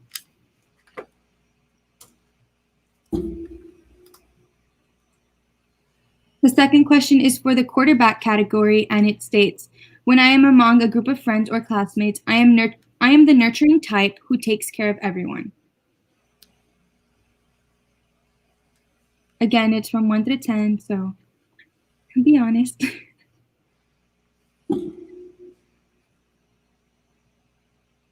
Next. The third question is, On a scale from 1 to 10, when I am among a group of friends or classmates, I am the listener. I hear what people are saying and make sure everyone has a voice. This is for the quarterback category.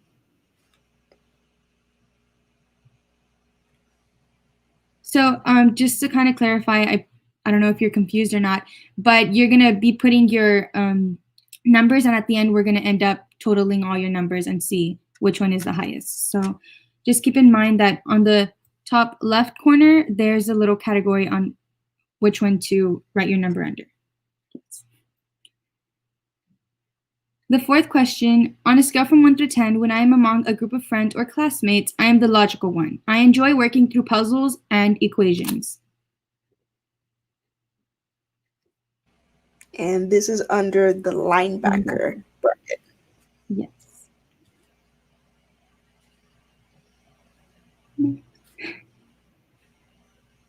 So yeah, so for those of you guys that are confused, the name on the left-hand corner lets you know where you're gonna put your tally under, whether you're gonna put it under quarterback, receiver, linebacker, or what was the other one? Lineman. Lineman. Yeah. So it's just gonna tell you where you're gonna put your number in, and then at the very end of all of this, where you're gonna see the one with the highest score is the position you play or the type of leader you are. So yeah. Correct. Next. So under quarterback, on a scale from 1 through 10, when I am among a group of friends or classmates, I am the peacekeeper who listens to everyone and finds a reasonable compromise.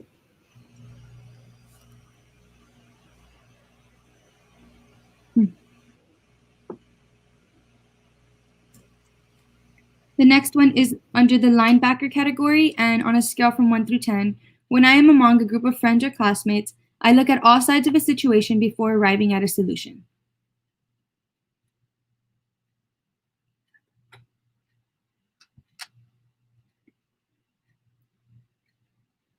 The next one is receiver. On a scale from 1 through 10, when I am among a group of friends or classmates, I can be stubborn when I feel passionately about something going my own way.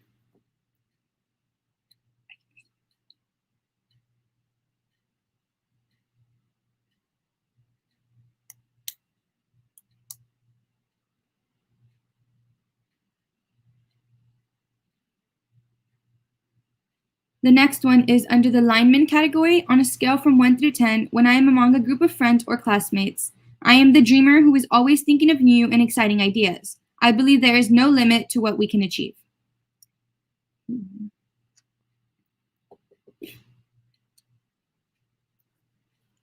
next one is under linebacker. On a scale from 1 through 10, when I am among a group of friends or classmates, I like to tackle tasks, problems, and projects with a well thought out plan.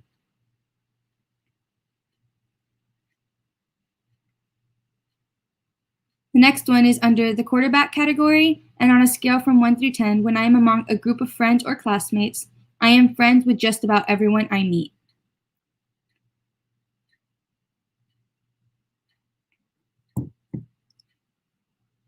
The next one is under the receiver category. On a scale from 1 through 10, when I am among a group of friends or classmates, I am drawn to hands-on tasks. I like making tangible products.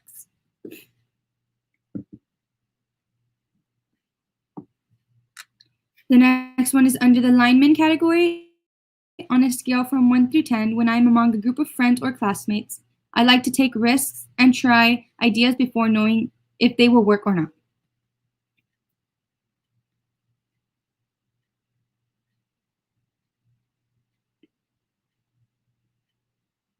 Under the lineman category, on a scale from 1 through 10, when I am among a group of friends or classmates, I like to think of new solutions to old problems.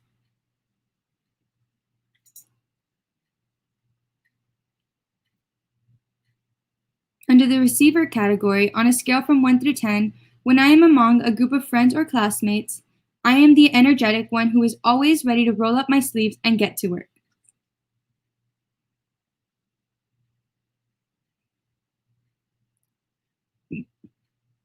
Under the lineman category, on a scale from 1 through 10, when I am among a group of friends or classmates, I am the artistic one, and people see me as creative.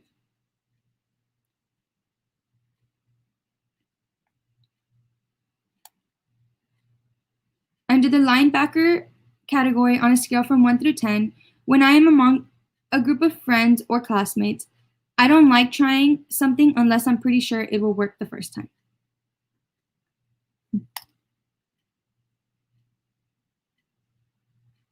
Under the receiver category, on a scale from 1 through 10, when I am among a group of friends or classmates, I like to get things done quickly.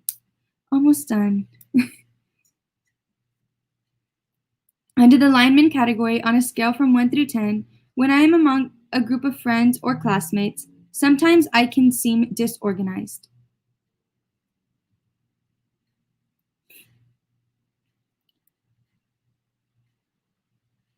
Under the quarterback category, on a scale from 1 through 10, when I am among a group of friends or classmates, people are quick to trust me.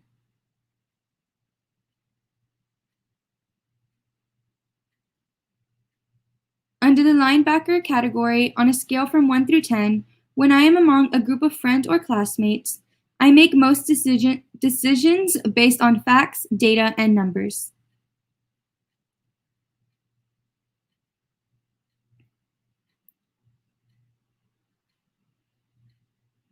Under the lineman category, on a scale from 1 through 10, when I am among a group of friends or classmates, I am good at coming up with big ideas, but not always good at following through to make them happen.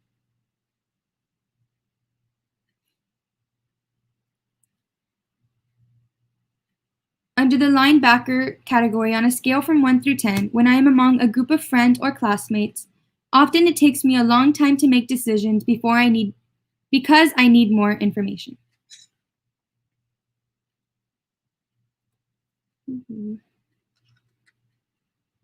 Under the receiver category, on a scale from 1 through 10, when I am among a group of friends or classmates, I am good at being in charge of groups and keeping groups focused.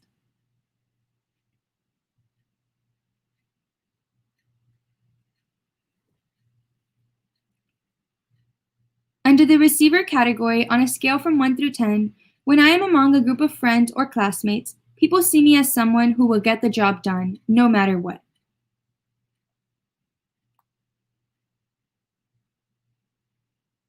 And I believe this is the last question. Under the quarterback category, on a scale from 1 through 10, when I am among a group of friends or classmates, sometimes I have a hard time saying no to people and end up taking on too much. That is definitely me. So now we are going to tally up our scores. So those are my scores, just because I didn't want to put random numbers, but if everyone can just tally up their scores and circle their position.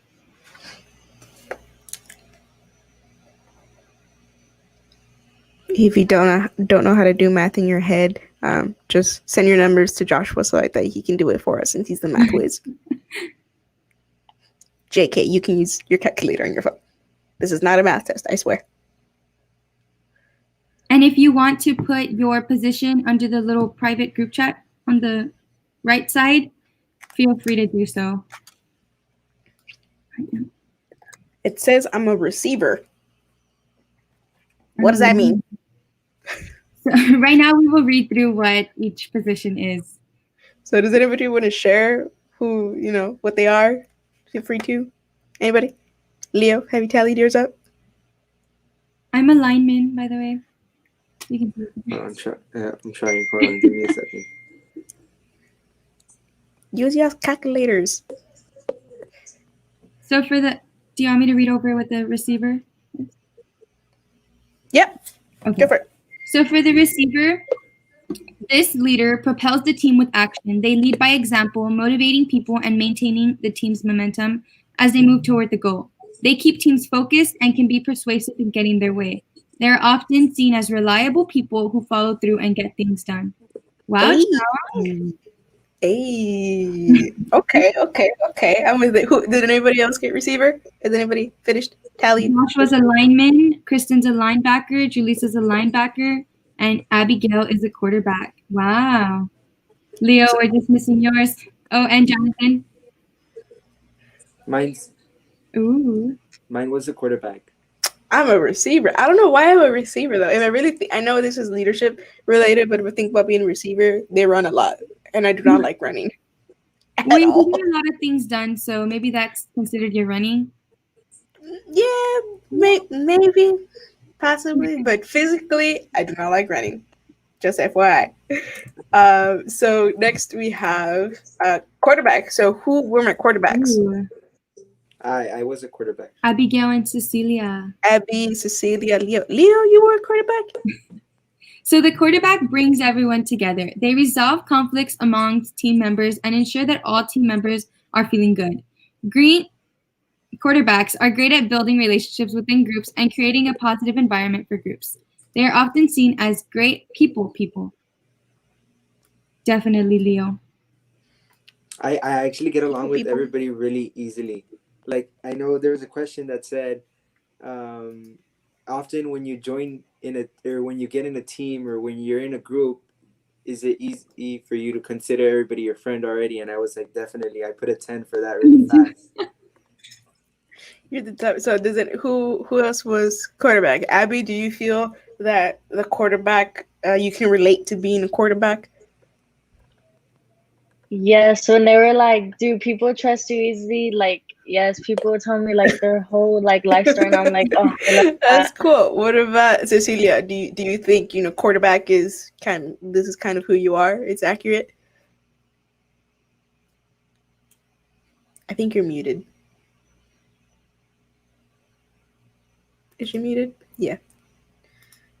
Okay. Well, go ahead and come back to Cecilia. So, John, you are half and half QB, Wow. half lineman. That's a true leader.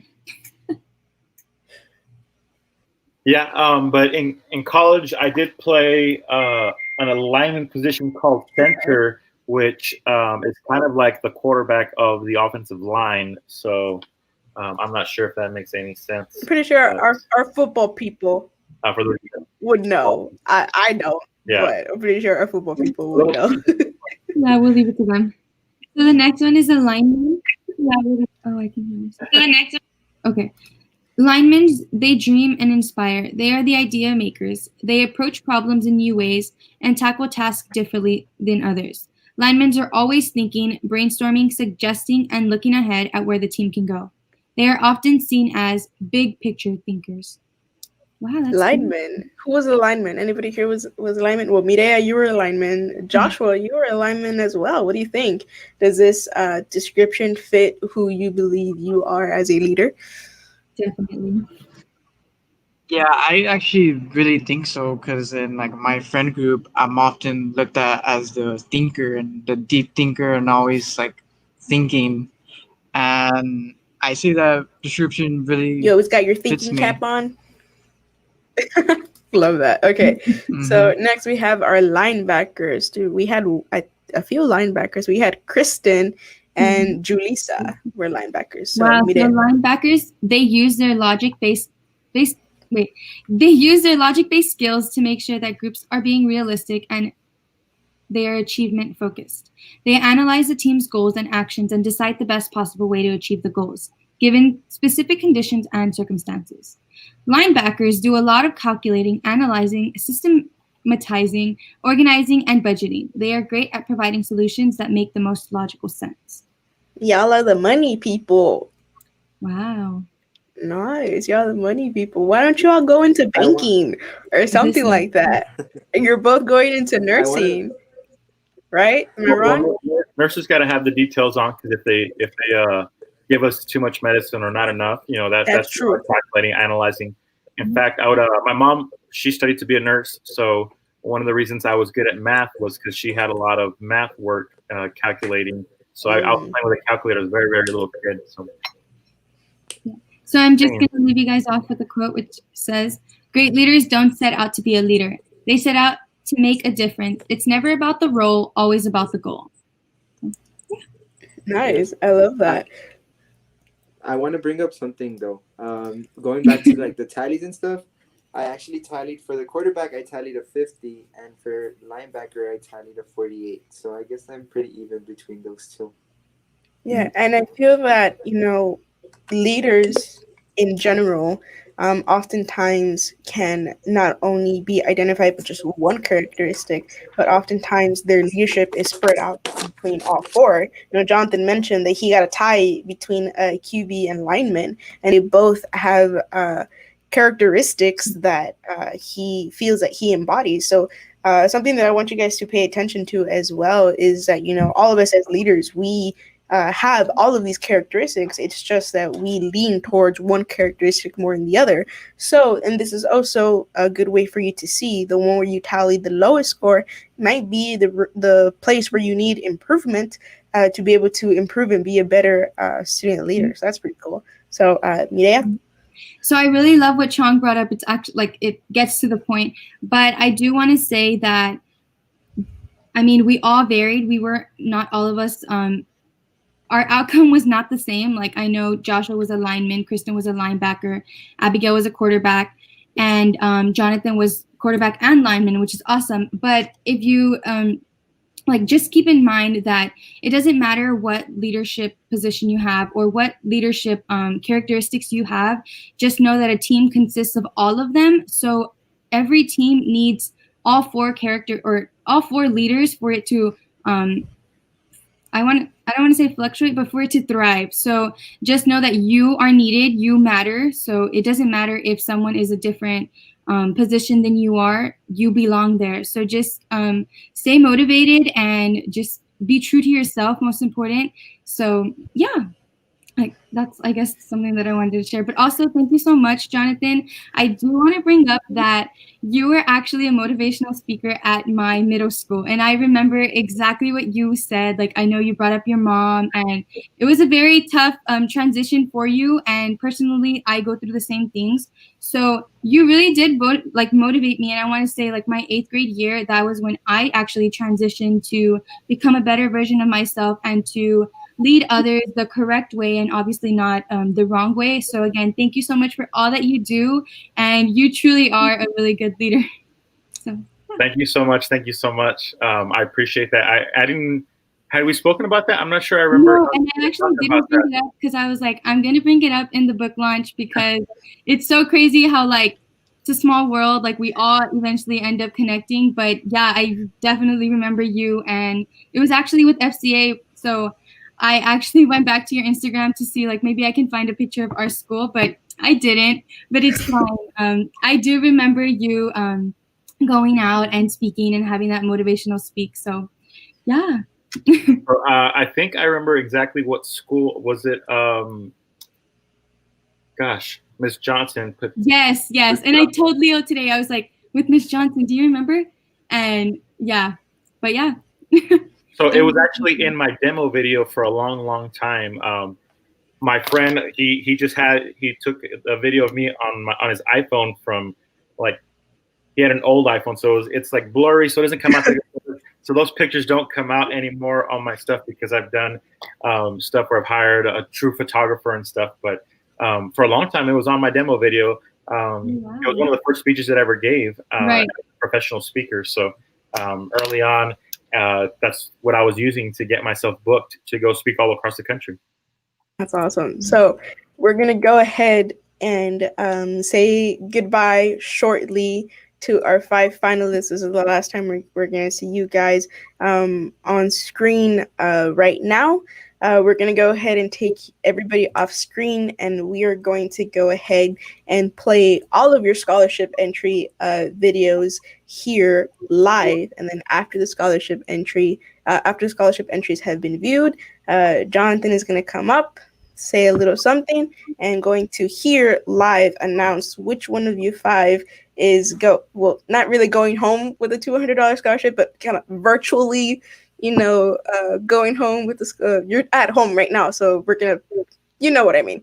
But you guys, he's going to announce which one of you is the winner of this scholarship. So I'm gonna go ahead and say goodbye to your 5 pretty little faces. Thank you guys so much for participating.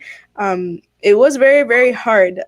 I can tell you that our judges that judged over 55 videos can say that it was a very, very tough close call for you 5. So go ahead and stand by. And if your face pops up on screen, that means you are the winner. So good luck to you all. And we will see one of you guys shortly.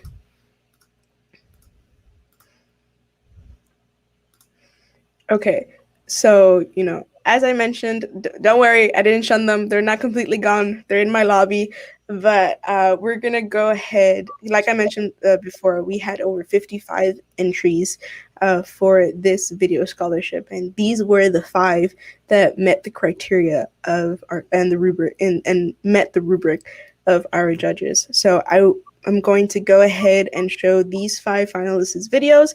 I'm gonna bring John back up, and we do have one honorable mentioned video that we are also going to be watching and we're also going to be speaking about shortly. But let me go ahead and share my screen so I can bring that up.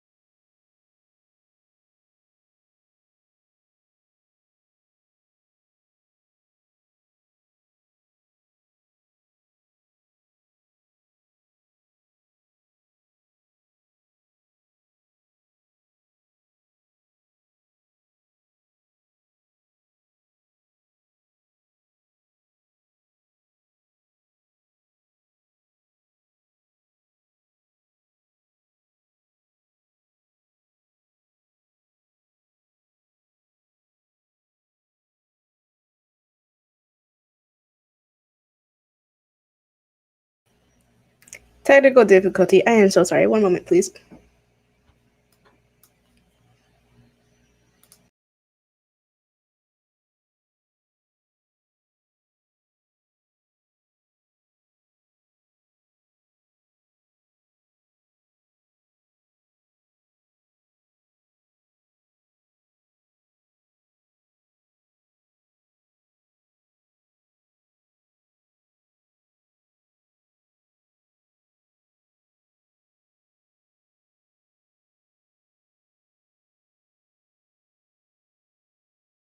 To this is having a passion for what they are doing. Having a passion is having a love for what one is doing, who they're doing it for, and really appreciating every moment of it and taking it as if it's a blessing. It creates a burning desire to every day want to go back and do more than they did the day before.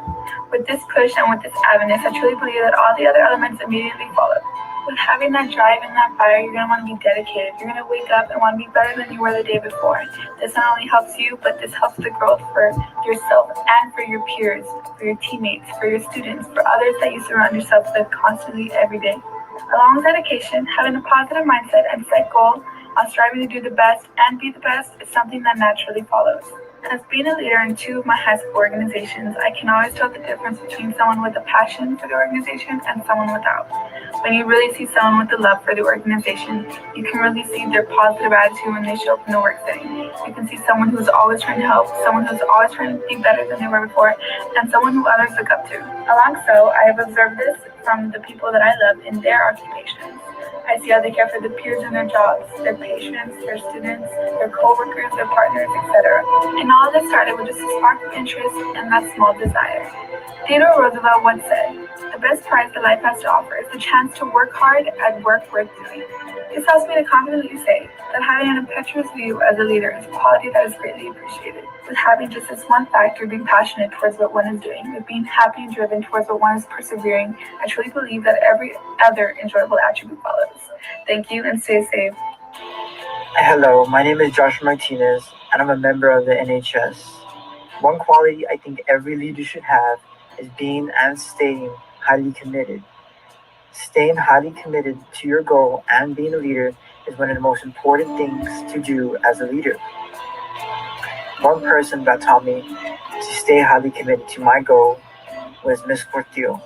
Miss Portillo was my pre-cal teacher of sophomore year, and she taught me how to stay highly committed to my major, which was computer science. And it really helped a lot. And a quote I would like to use for commitment is to embark on the journey towards your goals and dreams requires bravery. To remain on that path requires courage. The bridge that merges the two is commitment. Thank you. Hi everyone, my name is Shalisa Ochoa. I'm a senior from Edinburgh High School, and talking about leadership, I feel like it's so important because being a true great leader comes with many qualities. And some of those qualities that I feel like are so important is being honest, being motivational, selfless, and having that good positive attitude. But I feel like one that speaks to me and is the quality of being a true leader is being inspirational. And the reason why I say that is because growing up, I've had leaders in my life and they have been inspirational to me and have shaped me to who I am today. And those leaders in my life have and will always be my parents. I feel like they have the qualities of being a leader that I've seen, and they have always been supportive and always put me before them and being selfless and just motivating me and inspired me to who I am today. And that speaks to me and has an important part of my life to who I am today. And that's somebody who wants to help other people in my career in the medical field. And an important quote that was said by a famous leader was Martin Luther King. He once said that our lives begin to end the day we become silent about the things that matter. This is so inspiring to me because I feel like he says so much in this quote that's a true leader who speaks great words. So as I leave off, I just want to say that being a true leader is somebody that I want to be and has inspired me to who I am today. Thank you. Hi, my name is Abigail Canales, and to me, leadership is being involved in something bigger than you, taking control for something that you believe in. A good leader has courage, has a vision, has a balance. With that, I chose determination as my key term because determination means to do anything possible to accomplish the goal, to get to where you need to be. Many of my teachers taught me what it means to be a good leader because they taught me to be responsible and to always be the leader, not the follower, to take charge. With that, I chose the quote, "Success is accomplished by ordinary people with extraordinary determination." Thank you. Hi, my name is Cecilia Aguirre, and my keyword for leadership is dedication. I picked dedication because how are you going to show your team or club to become a leader if you're not showing them the example? I believe you should always have dedication on what you do, no matter what. I learned all about this my junior year when I was a captain. My coach would always tell us you should always have passion on what you do, no matter what. Not because you were forced to do it, but because you love to do it and you love helping other people become better versions of themselves. I remember seeing this poster that said, "It takes dedication and hard work to constantly improve yourself." Reading this poster reminded me a lot of my junior year when I was captain, how I've improved as a leader and how I helped other kids become better versions of themselves and being there for them. And that's the reason why I chose dedication, because it reminded me a lot of my junior year and how I was a captain and how I helped other people. So that's why I chose dedication as my keyword.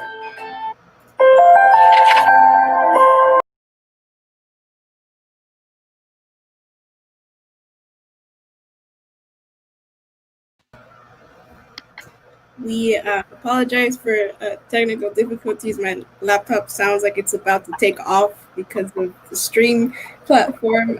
So we apologize to our two finalists that the video was not able to be presented, but don't worry. Tomorrow morning, all of their videos individually will be posted and mentioned on all of our social medias as of tomorrow.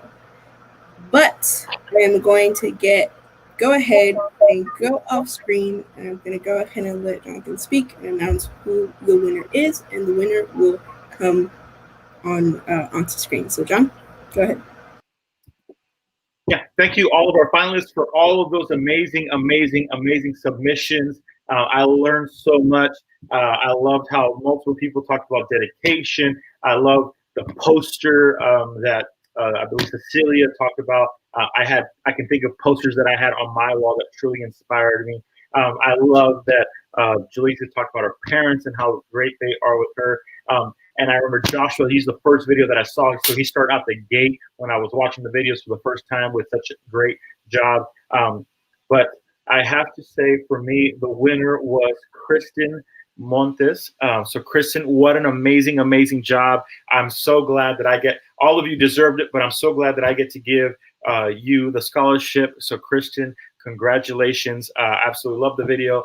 Great energy. You've definitely learned so much by being a student leader, especially about how to give a good talk. So thank you so much, Kristen, for making that video, and I'm excited to continue to share. So congratulations. I hope everyone goes in the chat and says right now, congratulations, congratulations. Let's light her up with all kinds of hearts and high fives and thumbs up, whatever it is on the Facebook Live, all those little buttons. I like to just push all the buttons. So Kristen, she definitely deserves it, as do all of the finalists. So would you like to share a little bit more? Yeah, so just for all the finalists, y'all had amazing videos. They definitely did inspire me. I did write a little quick note. So first of all, I'd like to say thank you so much for this opportunity. It truly is a blessing. I'm happy to say that, God willing, this will be the first of many scholarships I will hold through college, so that I myself can experience my passion through my career. This brings me one step closer to waking up with the goal, one step closer to growing as an individual, one step closer to being motivated every day, and one step closer to being a leader in my future endeavors. This is the beginning to helping me pay for my education so that I can continue striving towards what my future has to offer. Though I've been confused on what to be in the next couple of years, going from a doctor to a lawyer to an engineer to law enforcement, I'm now back to square one and leaning towards becoming an RN. I searched from all these different ideas because every time I thought of me living life with this certain job, I always asked myself if I would truly be happy. If I always ask myself the same question, like if this would truly be my passion.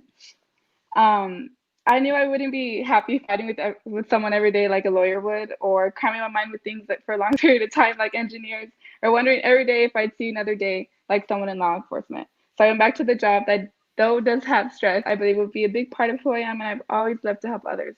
And staying busy, multitasking, and I really would say that with the scholarship, I'm just a bit closer to getting that drive, that dedication, that avidness, and that rush that someone gets when pursuing their passion. And well, this is a step closer than I was like 2 months ago.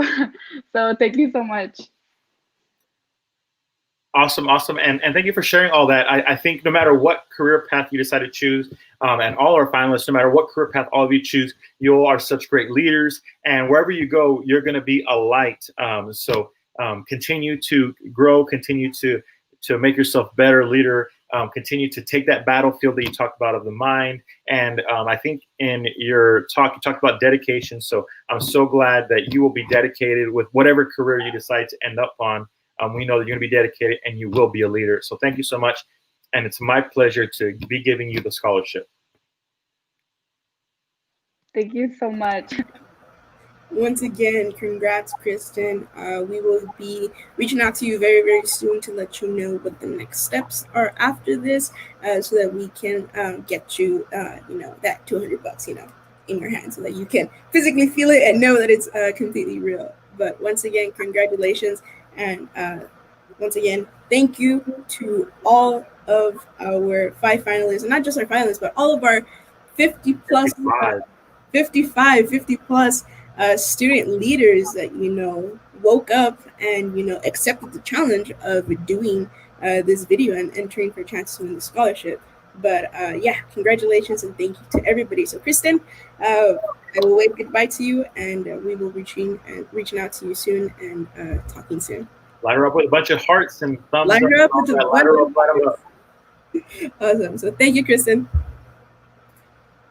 That is so amazing. So I did mention that we are going to be having an honorable mention.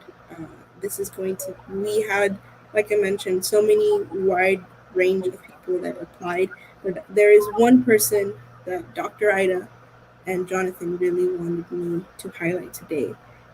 She is a little 7-year-old girl that goes by the name of Sierra Granado, and I'm going to go ahead and share her amazing video with you guys.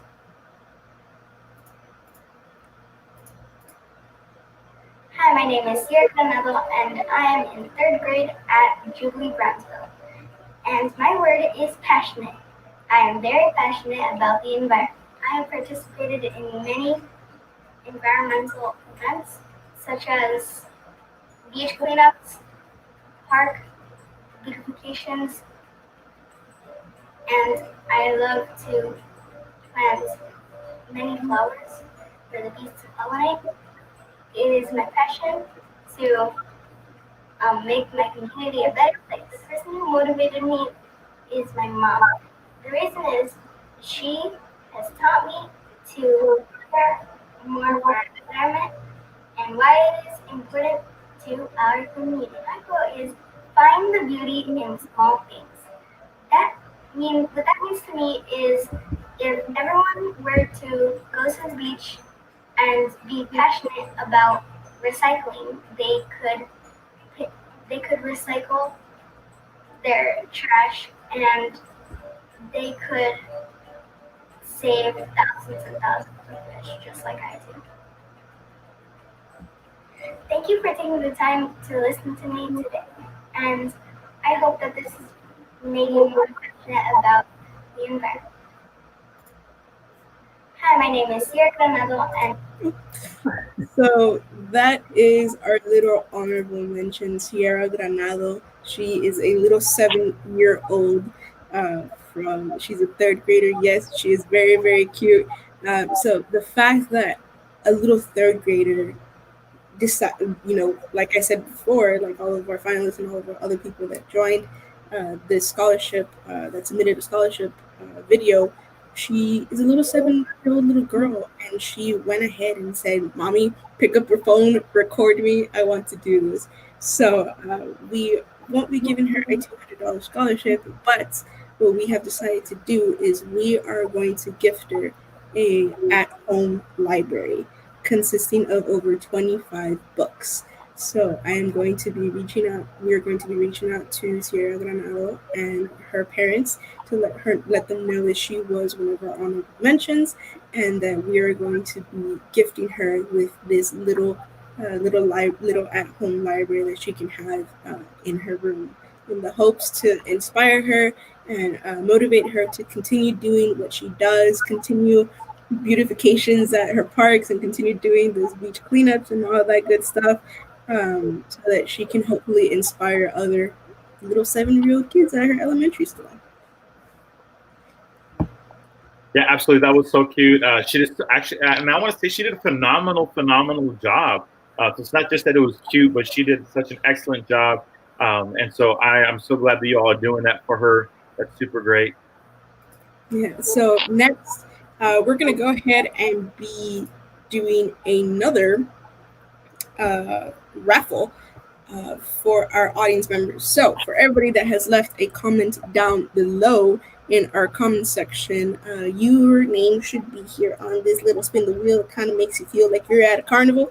So we're gonna go ahead and choose another raffle winner. And the winner is Bianca Garcia. Dang, Bianca. So Bianca Garcia is one of our interns all the way at University of Texas Aggie. She's an A&M in College Station right now. She went back for school for the semester. But Bianca, congrats. We will be sending you a book bundle as well. So with that, we're going to go ahead and finish off this amazing book launch and the amazing night with Jonathan giving one of his motivational speeches that he usually gives whenever he goes and speaks at all of these conferences and goes to go motivate all of these amazing young kids. So, Jonathan, you have roughly about 30 to 35 minutes. Is that enough, or do you need more? No, that's plenty. That's absolutely plenty. Okay, sounds good. So go ahead. Well, first, I want to say leadership, success. Hi, my name is Jonathan Medina. As you can read down below, I'm America's #1 youth motivator. I'm your teacher, I'm your coach, I'm your friend, and I'm your teammate.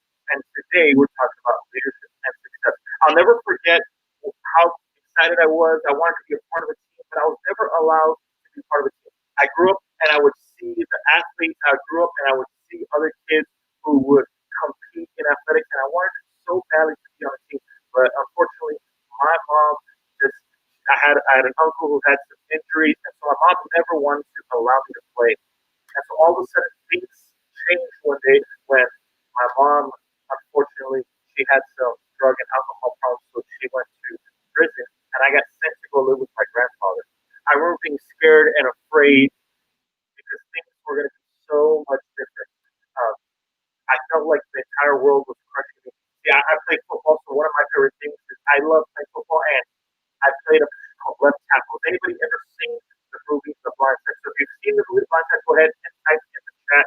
Type in Blind Side, Blind Side, Blind Side. Type in the chat, put in Blind Side. It's one of my all-time favorite movies, and my job, my role was to protect the blind side. And so, they have all these different moves, they have all these different techniques.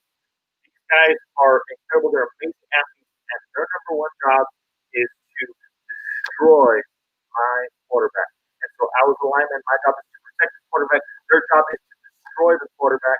Of course, it's all famous because there was a quarterback in the NFL who had his entire career ended because someone beat the blindside blocker. And so it's a position that doesn't seem like it's a glorified position, but many people often create or consider it one of the most valuable positions. And so my job is to protect the quarterback in football. And so they have all these different moves. They might swim underneath as I'm trying to block them, as I'm trying to put my hands on them. They're snapping my hands off. But for me, one of the most difficult moves to block was a block or was a defensive move called a bull rush. So when they do a bull rush, they get everything they got. They get full speed. They put their hands into your chest. They put their head right into your chest. They give everything they got. It's called a bull rush. And all their force, all their energy, everything they got is coming right to me, directly in my chest. And so when that happens, you have to dig down deep and give everything you got and just push back.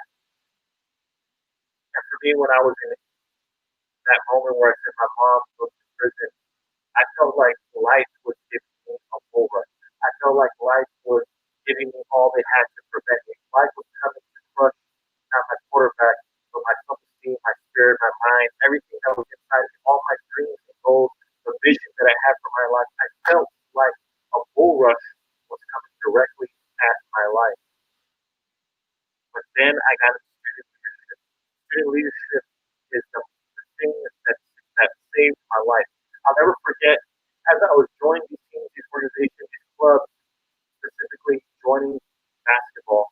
I had this amazing coach. His name was Coach Joe Guzman. I think he is currently South Texas. He's like #3 or #2, maybe the all-time most wins in South Texas history. And so I have this great, amazing coach. And it's not that he taught me how to shoot a layup. It's not that he taught me how to shoot three-pointers. It's not how he taught me how to box out to rebound. But it was that my coach taught me how to be. And I'll never forget the moment that I made the varsity team. I was just a freshman. I just came to the valley out of these crazy circumstances because my mom was in prison. My stepdad was already in prison. My real father was not in the picture at all at the time. And so I had to come back to the valley to live with my grandfather.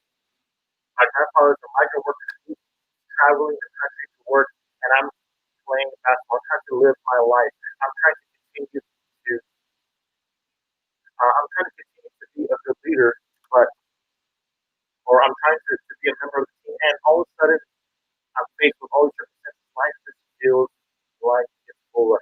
Have you ever had some dreams, some goals that you had, and it just felt like life was not allowing you to accomplish your dreams and your goals? So right now, I want to give you guys some time right now to go ahead and type in the chat. Go and type dreams and goals. And if you can, I want you to write out some of your goals that you have for this upcoming year. I want you to write out some goals you have for 2020. I'm not talking about waiting until 2021. I'm talking about goals that you have in 2020. So go ahead and go to the chat, write down your goals that you have for 2020. I'll give you guys some time right now. Go ahead and do that.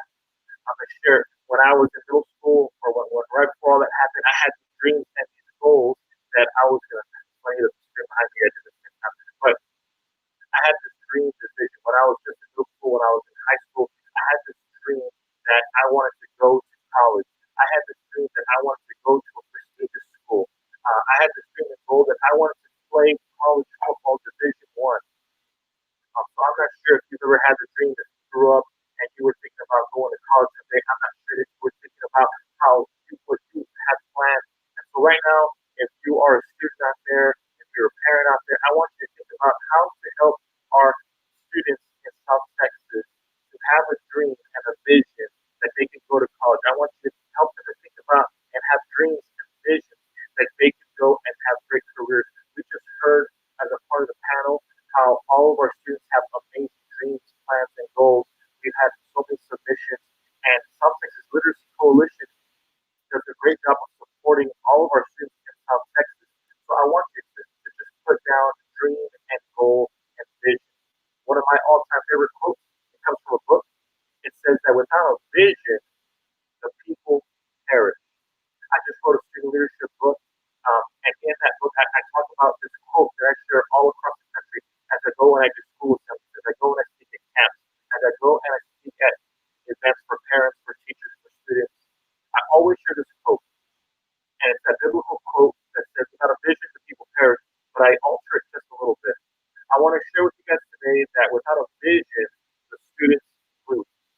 Without a vision, our students are not going to be able to go to college. Without a vision, our students are not going to go on to have the most amazing careers. Without a vision, our students lose. And so I know that we have amazing families out there in South Texas. I know that we have amazing leaders in South Texas. I know that we have some of the best student leaders in the country.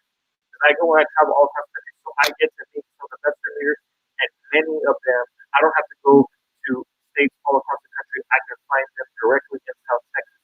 All we have to do is help our students to have a vision of what they can be. And so we can have different size visions, but I don't believe that we should have a small vision. See, I've had people that told me when I explained to educators, when I explained to family members about my dreams and goals. Again, I told you my dream and my goal was I wanted to go and play college football. I wanted to play at a prestigious university, and I wanted to be the first one in my family to go on to college at a prestigious university. So some people saw that as a dream that was too big. So I want to share with you today that we need to help our students have dreams, and not just any dreams, not just any goals, not just any vision, but we need to have big dreams, big goals, big vision. So I want you guys that are listening out there to get in the chat. Go ahead and type down in the chat, write down big dreams, big goals, big vision. Again, write that down in the chat. Write down big dreams, big goals, big vision. And now that you've written that down in the chat, I want you to actually say it out loud. Say it with me. I want you to say big dreams, big goals, big vision. And so I'm so glad that I got to share about the big dreams, big goals, big vision. And so it was my coach that told me that I need to read this book every single day. I need to have that book memorized. I need to have that book memorized in my mind. I need to have that book memorized in my heart. I need to have that book memorized down deep into my soul. And so there were so many great principles, including having a vision so that the people will not perish. And so if you're listening out there again, if you're a parent, if you're an educator, if you work with students, or you are a student yourself, remember that without a vision, our students lose. And so once you have a vision, it might be hard sometimes. You might want to give up. You might not want to continue on. But once you have that vision, you need to push. Now, if I was on stage, if I was at your event, I would actually pull up some volunteers and we'd go over having a small dream, an average size dream, and a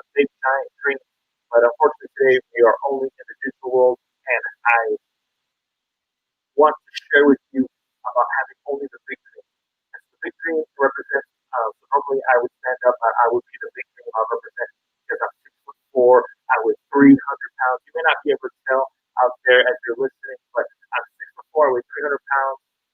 While one of my goals was that I wanted to lose weight. So, I saw the lady I posted that in the chat earlier about losing weight. Well, that was one of my goals. So I'm actually down about 15 pounds, about 285, 288 if I wanted to be really active. But lost some weight, and so I'm not that big anymore. I was at one school and I told, we were having a digital meeting, and I told the students about how I had lost weight and I was smaller now. I only weighed 288 pounds. But this little girl in the chat, she said, like, in the chat, she was like, "Sir, that's still Goldwell." Um, that's not funny. I don't care if I can't see you, but if you're laughing out there, I can feel it. That's not very nice. But this little girl, she said that it's still Goldwell.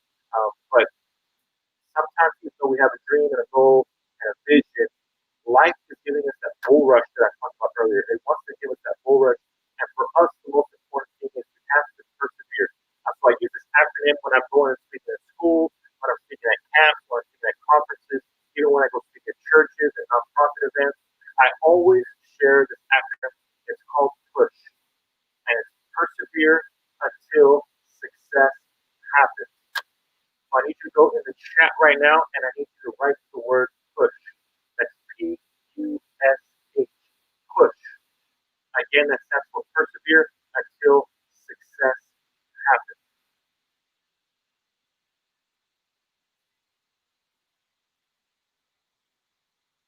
Moving to my grandfather's house in South Texas was a huge moment where I wanted to give up.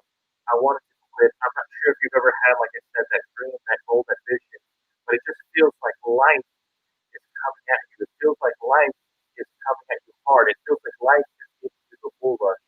And so I'm not sure if you ever had that feeling. I spoke at one school and one little girl, she told me how she had some dreams, a goal, a vision that she wanted to go to college, but other kids were bullying her. And so that what I told that little girl was that there's gonna be times when we get bullied, but we have to continue to push. And I don't mean push in a physical sense. I don't mean to push back and fight the bully physically. I mean to fight the bully with our mind, fight the bully in our heart, because we have to continue to push. And so we have goals, we have moments, maybe we feel like we're disappointed, maybe we feel like we're not the leader that we need to be. Maybe you look at yourself and say, I'm not good enough. You can become good enough. All you have to do is continue to push. Again, I'm going to have you write that down in the chat because it needs to be something that we tell ourselves over and over and over. I need you to write in the chat, type down, push. Now, so I move into something. I move in with my grandfather, and I'm thinking that things are going to be different. I had no idea that when I moved to South Texas, when things changed, that it was actually going to be a benefit to me. So I know that there's many families out there. You might feel like school is so much harder, it's so much different, things are tougher. If you're a student leader out there, you're not getting to go to conferences, you're not getting to go to conventions, camps got canceled. If you're an athlete, some schools are no longer having athletics. So all these things that we might have been ready for in 2020, all that has been shifted, it's changed. And so one of the things that my coach taught me how to pivot, and basketball is a thing called pivot. And so they might give you the ball, and I have to adjust my feet in order to be in the perfect spot so I can try to make a basket. We pivot so that way we can be in better position. And so the same way in the world right now, our goals were for 2020, our thoughts were for 2020, and we may have to pivot some of them, but I don't want you to give up. I want you to actually persevere. I thought a few months ago that things were going to be so different, so much harder. I had a tour where I was still scheduled to speak to about 50 schools. I just got word today that I had about 15 school tour in California.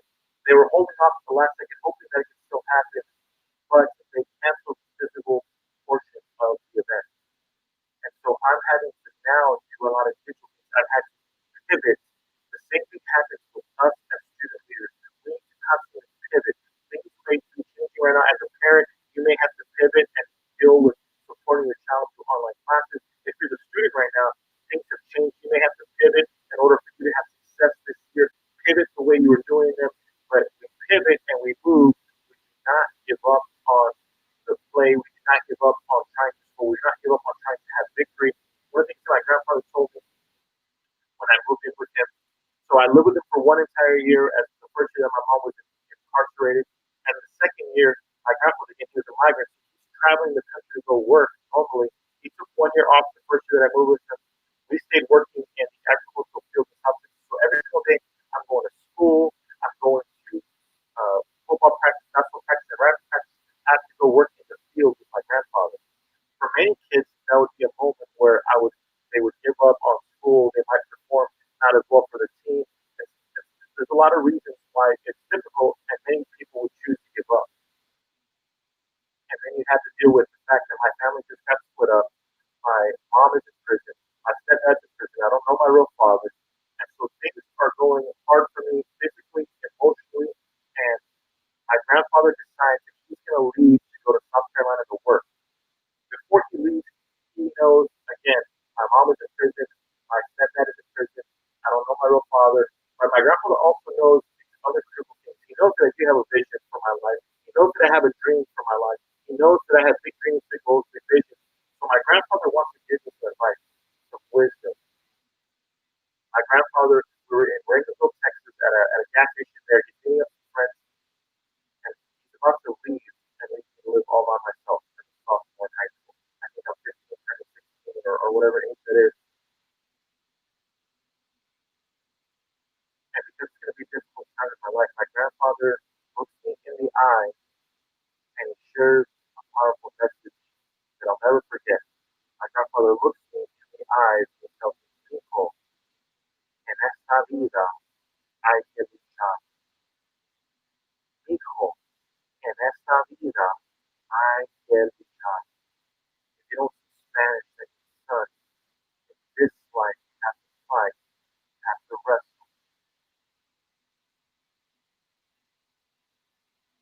See, I had no idea when I started that summer that my mom was going to get in trouble with the law. I had no idea that my entire world was going to be shifted upside down. I was having a personal pandemic, the way our entire world has had a pandemic. For me, that year, I was having a personal pandemic. I was experiencing the intense bull rush, but I still had dreams and goals and vision. And my grandfather gave me advice so that I would not forget about my goals. My grandfather gave me advice so I would not lose the vision. My grandfather told me, "Hijo, en esta vida hay que luchar." So that means every single day when I wake up, I have to fight and wrestle. When things aren't going the way I want them to go, I have to fight and wrestle.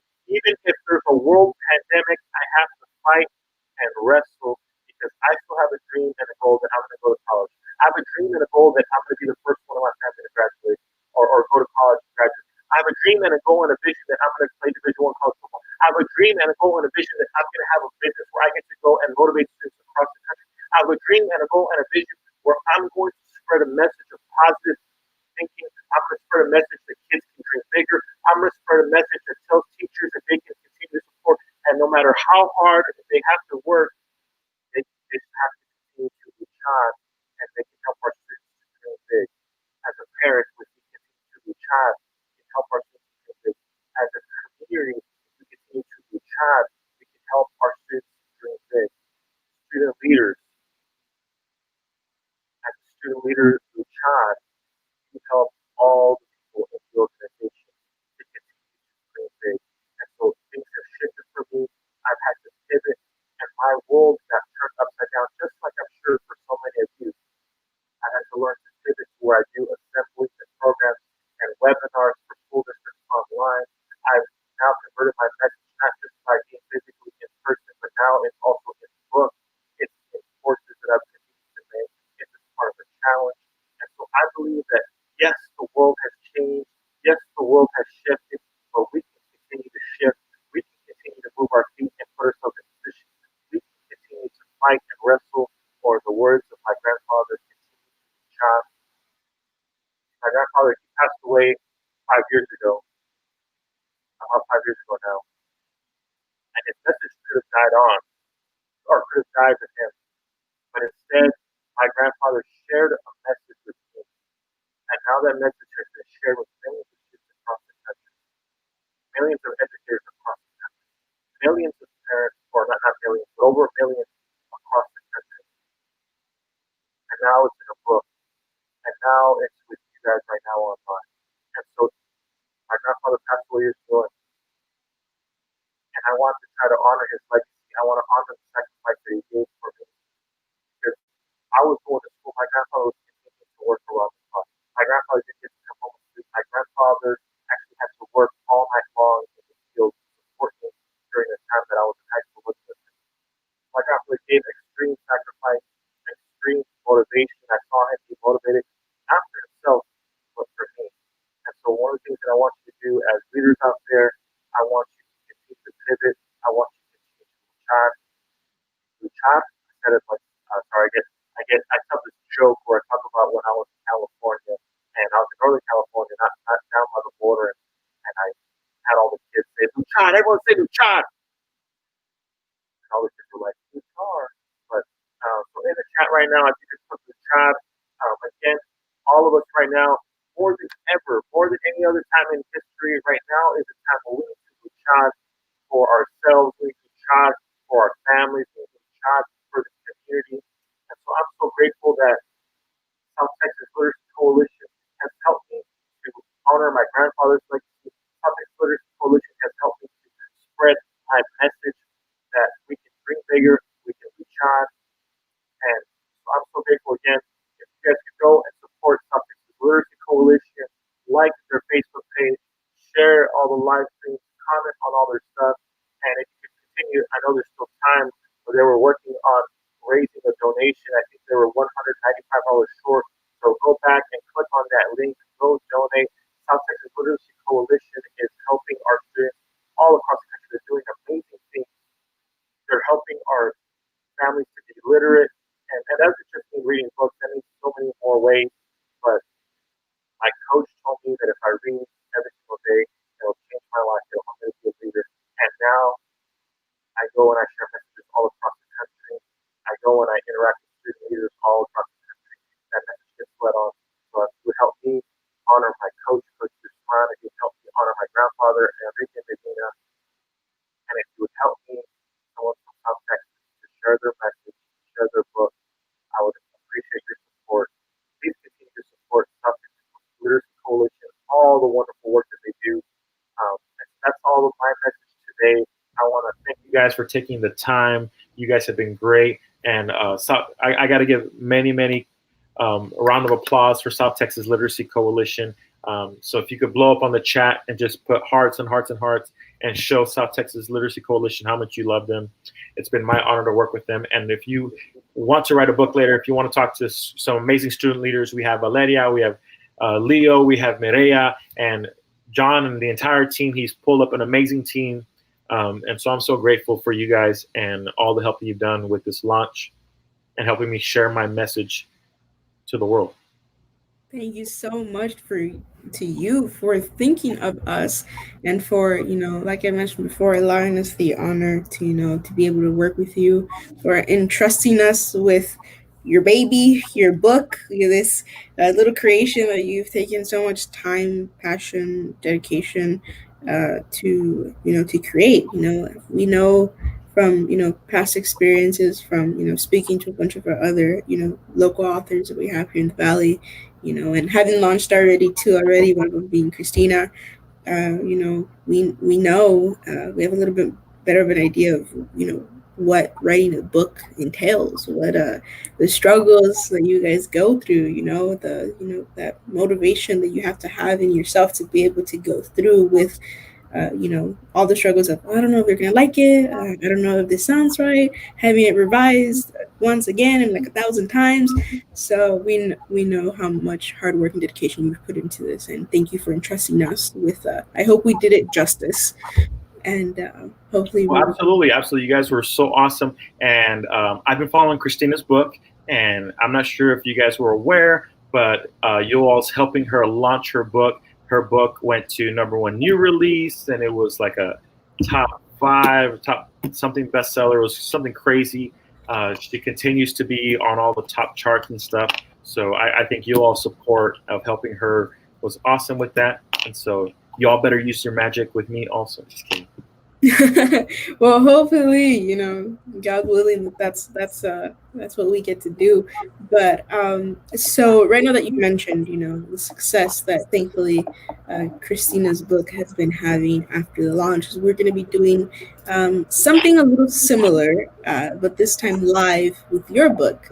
So something that we decided to do for Jonathan Medina's book is that we are going to go ahead and do a small little um, live a few days after today's event to kind of see, where your book is as far as where it is on the charts. Maybe we'll see if maybe it surpasses Christina's or not. But we're gonna go ahead and, like I mentioned, try to see, where your book is at. See the progress that it has made since tonight and all of the other amazing things that we have been doing with it. So, apart from that, I'm also going to go ahead and share my screen one more time. And I'm going to go ahead and leave everybody with this. So, Jonathan already is in the works of a second book. Um, so, one of the, John, if you want to go ahead and speak about, the component that you want to put in with this book. Yeah, absolutely. I've always been a huge fan, like I said, doing like the event that we just had today where we gave up the scholarship. I love hearing the stories. To me, that's one of the most motivational parts. It's not me going and speaking at an event. It's actually taking the time. I always try to take time to get to know all the student leaders. I go and I take photos of our kids. I am very active on my social media after events to make sure that if anyone ever messages me, that I give them the proper attention. But again, hearing so many wonderful stories as a speaker from the students, I wanted to make a book about student leadership, but not from me, someone who's, I'm already 32, so I'm already so much older than the current active students. I wanted from their perspective. I wanted from their personal, like they're still in it right now. They're doing it. They're engaging in student leadership. So y'all's perspective, because you're in it right now, is so good. So I wanted to take current student leaders and all of their tips and advice, just like we had the wonderful tips and advice today. So I want to make a book called The Student Leadership Success Challenge. And so it'll be a collection of student leaders. And I wanted to specifically reserve spots for South Texas because, it's always dear to my heart. And so all you have to do is you choose one key theme. So some of the students earlier, they talked about dedication. The little 7-year-old girl, she talked about passion. So you pick one key theme, one word. It could be a phrase. It doesn't have to be one word, but one key theme. For example, goals, attitude, passion. Why is that important? So we need to know why it's important. Why is it important to be passionate? Why is it important to be dedicated? And then we need to know, how did you learn about that? So if I go on stage and I just tell you, here are the 5 ways to be a better student leader, but I don't share my stories, you might not remember them as well. So it's so important that we teach other leaders why it's important and how you learned it. Because if I share with you, oh, this is a super important tip, don't make this mistake, and I don't tell you that it almost ruined my entire student leadership group because I made that mistake, or we didn't win the competition because I made that mistake, you may not take it serious. So I need all of our students, when you write that, you're going to write how you earned that lesson. How did you learn that lesson? And then also maybe talk about mentors and mistakes that you've made. How did it feel? When I share my story, people remember how I felt in that moment. And so I want to know, what did it feel like when you made that mistake? What did it feel like, your process to earn that lesson? And then of course I'm super big on quotes. No, not cat pictures, but I do love quotes. And so any famous quote that applies to that. So I remember one of the girls earlier, she shared a quote from Theodore Roosevelt, I believe. And so, but I do want it to be a short read. I wanted it to be something that, if a student, they picked up the book, they can finish it the same day. So it'll be 60 to 100 pages long, and a bunch of lessons from our student leaders. So 300 to 600 words. Submissions will close soon for our students in South Texas.